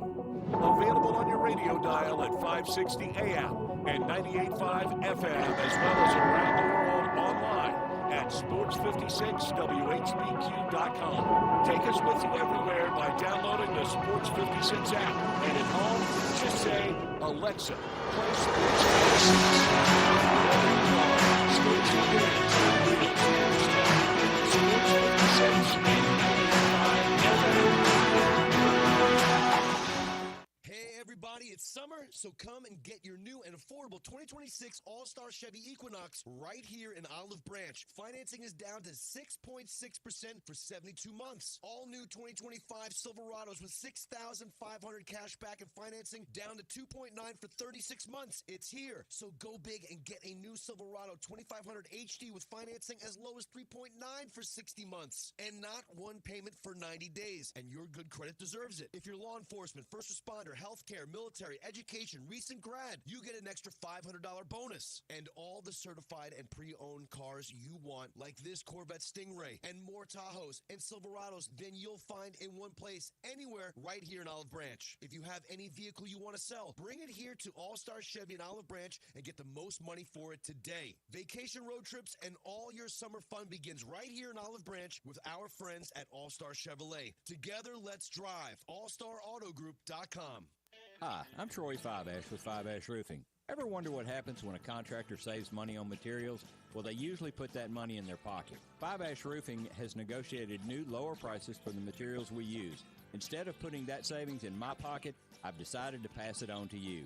You can call it a sale, reduced pricing, a limited time offer, or even a blue light special. We call it fair, honest, ethical, and the right thing to do. If you've been wondering if now is the right time to get a new roof, only you can answer that, but now is a good time to see how much you can save. Don't forget we have best price guarantees, the best warranty in the business, and superb ratings with the BBB and Google+. We don't use high-pressure sales tactics, and we never will. We're family-owned and operated with roots in the Memphis area. For a fair and honest roof assessment and estimate, call 5 Ash Roofing at 488-4991 or check us out at memphisroofer.com. 5 Ash Roofing, it's what we do. We're here for you. Is your wife asking you to stop eating junk food? We have it covered at Humdinger. It's quick, it's healthy, and most important, it tastes amazing. Many choices from salmon salad to rainbow trout and grilled asparagus. Come visit us for lunch at Humdinger, 6300 Poplar Avenue. So good, Coach Penny eats with us weekly. Don't forget, Humdinger's offers full-service catering for weddings, social events, or your corporate lunches. You can call 901-260-8292 to find out more. William is one of millions of Americans who uses GoodRx to save on the cost of their prescriptions. My oldest daughter, Camilla, 2 days old, she had to have open heart surgery. All of a sudden, she's on 5 different medications. It adds up at the end of the month. Me and the pharmacist got so tight. She said, GoodRx saved me a lot of money. Saved me that extra $200-300 a month. We're able to do all these extra activities. So it puts less stress on our household, and it puts less stress on our pockets. Download the free app or visit GoodRx.com and start saving today. GoodRx users are compensated for their time. GoodRx is not insurance, but can be used instead of insurance. Jenkins Floors and More invites you to the retail warehouse where they pass wholesale savings on to you. Jenkins Floors at 2356 Goodman Road in Horn Lake. Also stores in Cleveland, Mississippi and Little Rock. They specialize in flooring and carpeting, tile, plantation shutters, and blinds. Jenkins makes your life easy with a 2-week turnaround. Contractors, builders, or family projects call 662-469-9350 for a free estimate. Owners Timmy and Rebecca Jenkins say hello to Sports 56 fans and look forward to your business. This traffic brought to you by Raleigh Tire Auto Service, your local family-owned business for over 60 years. Sports 56 traffic. Well, we got an overturned truck out here on 40 eastbound at Chambers Chapel, just aggravating all that rush hour traffic that's headed out in that area anyway towards Fayette County. That's 40 eastbound at Chambers Chapel on an 18-wheeler that has flipped over. From the looks of it, it's going to be out here for a while. Weimer's Jewelry is your diamond engagement ring headquarters this bridal season. Stop by and see them this weekend at Weimer's Jewelry on Highway 64. I'm Commander Chuck with your on-time traffic.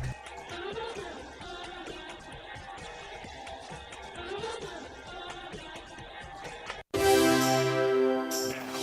be right back. Welcome back into Sports Time. Bryant and Brett with you on this Friday afternoon. We got to talk about what's trending, but before we do that, let me remind you about our 5 o'clock sponsors. You just heard them, Jaguar Land Rover Bluff City. Jaguar Bluff City has been the premier Jaguar dealership for the greater Memphis area since 1984, and their talented team is ready to help you find your next perfect vehicle at unbeatable rates. Swing by Jaguar Land Rover Bluff City today and check out the new 2025 models like the 2025 Range Rover Sport, the 2025 Range Rover Velar, and the 2025 Defender.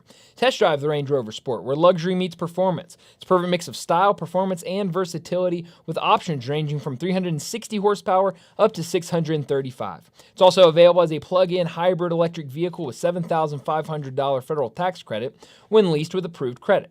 Take a look at the Range Rover Velar, powered by mild hybrid technology and enhanced with the latest well-being features and fully connected entertainment system. The Range Rover Velar is the ultimate luxury compact crossover. Purchase yours today and get special 4.4% for 72 months financing available with approved credit. Don't forget about the Defender, available in multiple models to fit your needs. The Defender is built for the modern explorer, and Jaguar Bluff City is offering special interest rates for 60 and 72 months on various models.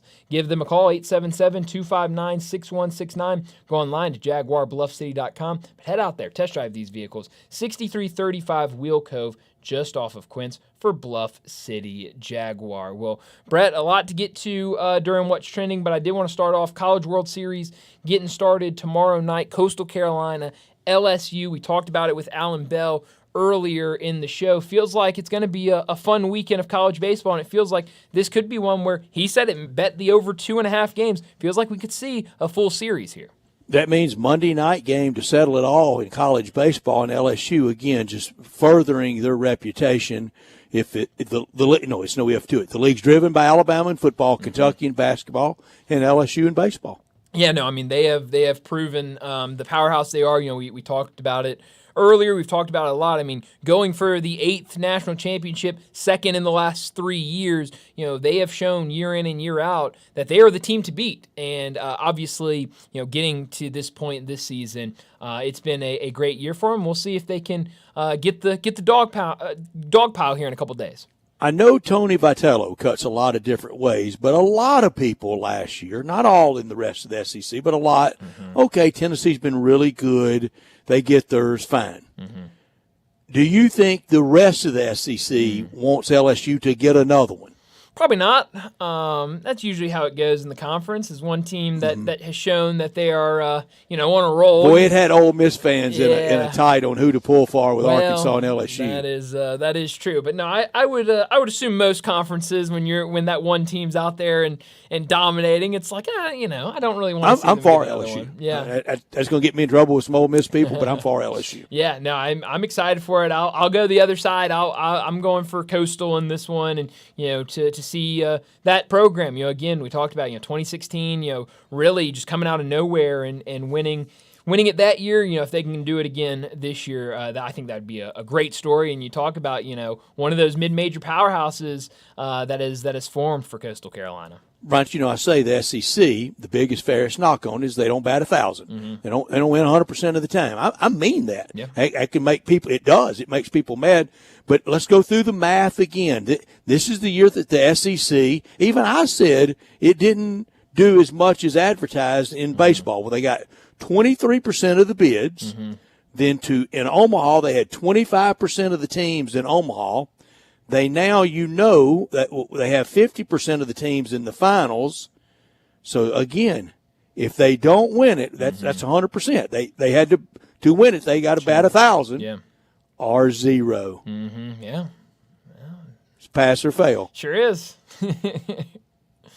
How quick can it go from 0 to 100? I mean, that's one or the other. One looks really good. One looks really bad. And if I can say that Arkansas, all they had standing in front of them to win their first was Coastal, for LSU to add to that great resume is still Coastal. That's right. Yeah. They're sitting there with that same. That budget difference we talked about. Yeah. I mean, they're sitting there and looking at Coastal and, trying to tell some of these guys, hey, I know you're looking at this team at Coastal Carolina saying we're much better than them, but hey, look at all these games they've won. You got to be locked in and ready to go if you want to win this thing. But yeah, I mean, I think a really good opportunity here for LSU, and it'll be kind of like in basketball where everyone is talking about, look at all these teams getting knocked out, but if an SEC team is hoisting that trophy, then it's a great year for the conference. Even money that somewhere over the next few nights in Omaha, days and nights in Omaha, there will be a sign in the coastal section of "Play us in football." Oh yeah, definitely, absolutely. I mean, come on, that's I think that's easy. It might be the easiest bet of the weekend. It's always come and see us on the football field. So that's going to be a lot of fun to watch over the weekend. I saw this earlier today. I wanted to mention it. The Athletic ranked the top 20 NBA draft prospects of the last decade. Ja Morant on the list comes in at number 8. The guys, that's great. Yeah, no, it's a really good spot for him. The guys in front of him on this list coming in at number 7, I guess 8, Ja Morant. Number 7 was Markelle Fultz, 6, Ben Simmons, 5, Karl Anthony Towns, 4, Cade Cunningham, 3, Zion Williamson, 2, Cooper Flagg, and number 1, obviously, Victor Wembanyama. How many busts in that in front of Ja? At least 2. 2, yeah, so you got Ben Fultz? Simmons and Fultz. Maybe 3. Zion? I guess you could. Yeah, I mean, you could make a case that we're on the way for a bust with Zion as well. Did Ben Simmons bust? I would say so. Yeah, I would definitely say he's been a bust. A lot of money. It's been a lot of money, but I mean, Don't not ask much me why, there. but today I clicked on it. Basketball ref Christian Leitner's career. Really? Played 13 years. What got you to Christian Leitner? I don't know. Huh. I don't know why I did that. Interesting. Huh.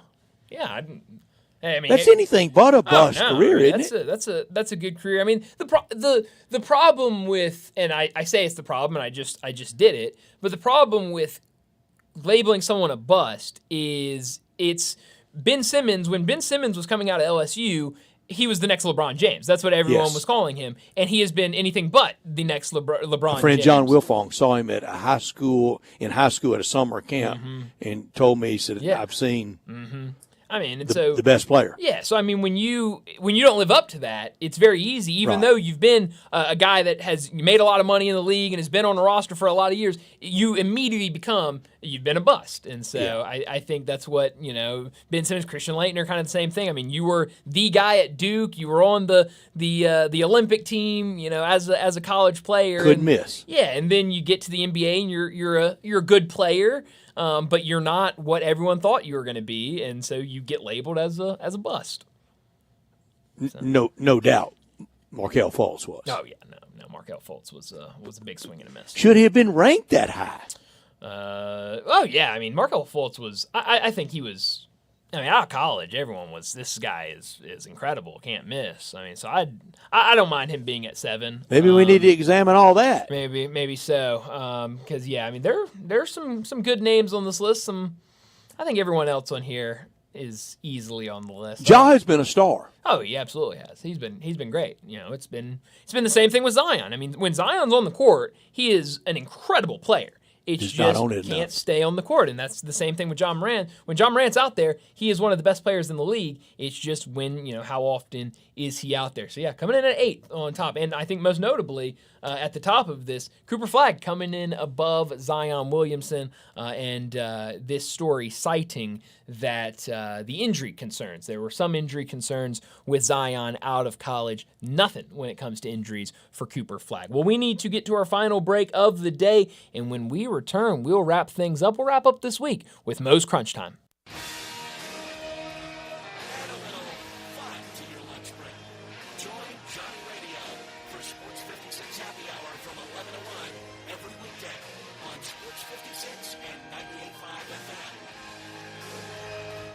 I think a lot about golf, and when I think golf, I think Miramichi. Did you know Miramichi Golf Course offers membership? It's a great way to play more golf for less out of pocket. Their memberships run for $300 a month plus tax, and that includes unlimited rounds and range balls, no extra card fees, priority tee time booking, and discounts in the pro shop. Oh, by the way, there's no initiation fee. Miramichi green fees, they'll allow you to choose the right rate at the right time on the right day for your needs. If morning tee times are more important important, you can book up to 14 days ahead of time to reserve your spot. If rate is more important to you, there are discounted evening rates available that you can choose from. Miramichi is now open on Mondays, and you'll find the lowest rate is on Thursday. Sometimes you just need to escape the hustle and bustle of life. Miramichi Golf Course provides just the right place to solve that need. The name Miramichi means place of happy retreat. When you need a quiet, peaceful round of golf, please make your way to Miramichi.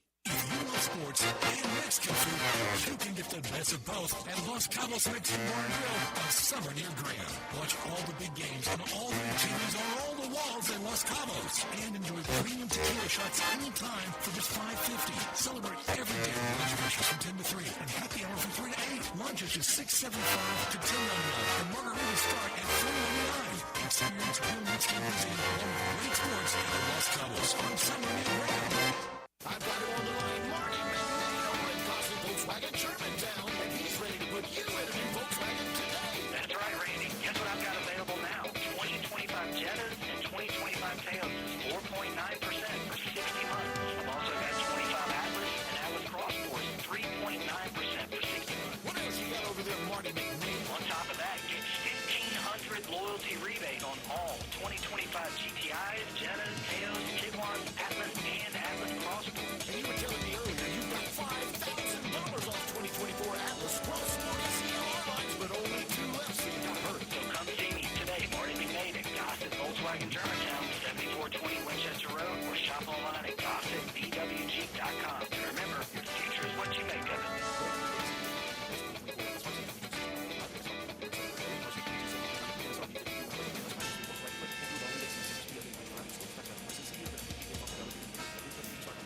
If wedding bells are in your future, you need an unforgettable engagement ring from a jeweler you can trust. And that's been James Gaddis Jewelers for over 60 years. With a huge selection and the best prices, James Gaddis is a master jeweler and diamondologist. Beautiful jewelry from James Gaddis is always the right choice. Choose from rings to earrings, necklaces to bracelets, and gemstones to watches. Layaway and financing available. James Gaddis Jewelers, 4900 Poplar, online at GaddisJewelers.com, and Instagram at Gaddis Jewelers. Say I do at James Gaddis Jewelers. At Jason's Deli, when you're dining in or picking up curbside, you can expect wholesome food and no surprises, just delicious sandwiches, crisp salads, and quick quality meals made with the freshest ingredients and no artificial trans fats, MSG, high fructose corn syrup, or artificial colors and dyes. Around here, a lot of thought goes into what we put into our food and what we take out of it, because you're not just taking a bite, you're getting a taste of who we are. New items are constantly being created to expand our menu for all tastes and special diets with vegan and gluten-free options available. Convenience and on-time delivery you can count on. It's just a click away at jasonsdeli.com, so whether you need to feed 5 people or 5,000, the team at Jason's Deli, they have the credentials and the commitment to keep you satisfied. Freshness is nearby at Jason's Deli with locations at Ridgeway in the Park Place Center, Poplar and Highland, Germantown Road in Cordova, and on Goodman Road in Olive Branch. Jason's Deli. It's wholesome food and no surprises. Crunch Time is brought to you by Moe's Southwest Grill. Need a crunchy bite to eat? Head to Moe's for nachos, crunch wraps, tacos, salads, and more. Moe's.com is your go-to for all your taco crunch time emergencies.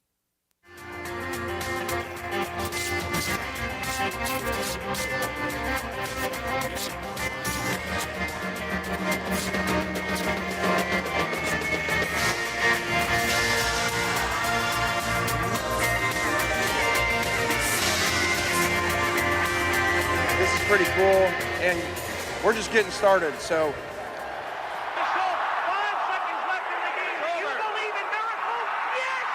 Spanning the globe.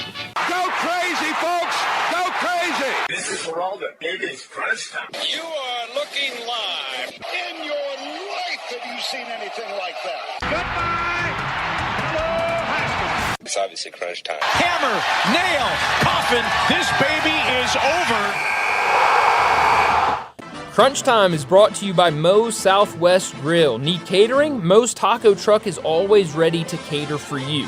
Just give Jenny Nash a call at 901-606-3172. Moe's.com is your go-to for all your taco crunch time emergencies. Well, Brett, what I learned today, Matt Norlander had a story over at CBS Sports earlier this morning about NBA draft prospect Cedric Coward and his unusual path to the NBA draft. For those who aren't familiar with Cedric Coward, he's coming out of Washington State, but he's a guy that entered his name into the draft while also entering his name in the transfer portal and was committed to Duke. Duke was planning on having him be a big factor for their team, but ultimately after the draft combine got enough good news back, good reports back from the NBA teams that he decided to stay in the draft. But he has had a wild ride to get to this spot where he could potentially hear his name called on Wednesday night. He did not make his high school basketball team until his junior year. After playing 2 years of varsity in high school, he started his collegiate career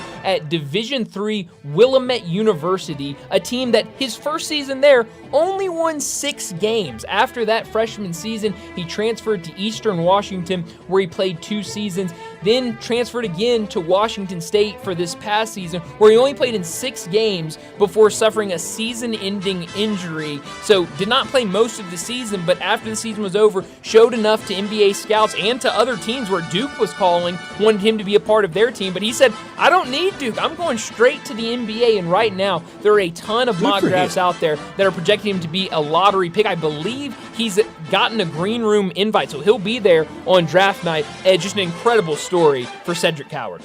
I'm watching the Cardinals pregame show. Did you know Steven Matz had 4 strikeouts in an inning yesterday? What? Yes, 4. And you know that happens. You drop it and they reach first. I did not know that. Only Bob Gibson had done that before yesterday with Steven Matz. Wow, I guess That's I must have time missed machine that. stuff, isn't Wow, it? that's crazy. 4 strikeouts. I learned that. I also learned this: 17-point win for Indiana. I think it was soul crushing for Oklahoma City. I know it just counts 1, and I know they're headed back home. But Big Mo swung, I think, in a big way to the Pacers. No, it absolutely did. There's no question about that. Brett, what I could have done without today, I know a lot of people today are talking about the Dodgers and the Padres and their the scuffles they had during Donnybrook. I mean, that was crazy last night. But what I could have done without, Brett, is this story. I don't know if you've seen this, but they have plaques in the outfield for people who hit it out of the stadium on their home runs that left Dodger Stadium. And so Fernando Tatis Jr. had a plaque that for hitting a home run out of Dodger Stadium, it was not up during this series against the Padres and his team. Boy, it's bad blood. He's been hit a couple times in this series. Now the Dodgers were asked about it and said that there was an issue with the plaque, that the plaque needed work done on it, so they took it down and it will be back up for the next Dodgers homestand. But what's the likelihood? What a coincidence that the week that Fernando Tatis Jr. and the Padres are in town, they're bitter rivals, that plaque is not up for everyone to see. Shilton, Dave Roberts were saying, meet after the game. Oh, no, they were. Give me time and place. Both those guys were getting really hot throughout this entire series. Could have done without this. Only $2.5 million for the Stanley Cup.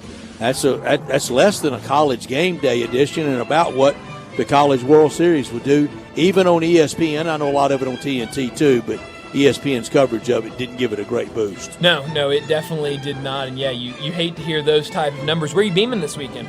Reds at Cardinals all weekend at Busch Stadium. Finally a division opponent. The Cardinals only play 4 division opponents at Busch Stadium on the weekend all year. Wow. 2 of them Milwaukee, 1 of them Cincinnati, and only once against the Cubs. That's crazy. That is. That the makes schedule's no as bad as Manfred is. That makes no sense at all. Beam me to Game 7 Sunday night, OKC and Indiana. We'll see. You talked about that momentum swinging in favor of Indiana. We'll see if OKC returning home a little comfortable in front of those home fans, if they can win the whole thing and get that championship trophy. Sunday nights, get in front of the TV, take it all in, and enjoy it for sure. Game 7 for a championship. The Larry O'Brien Trophy will go to the winner. Golf at the Travelers, College World Series, Tigers and Rays in baseball should be good. Red Sox at San Francisco. Fun weekend. Yeah, really great good weekend man. in the sports world. Right back at you. A great week indeed. But that's all the time we have. Enjoy your weekends. We'll talk to you again Monday afternoon.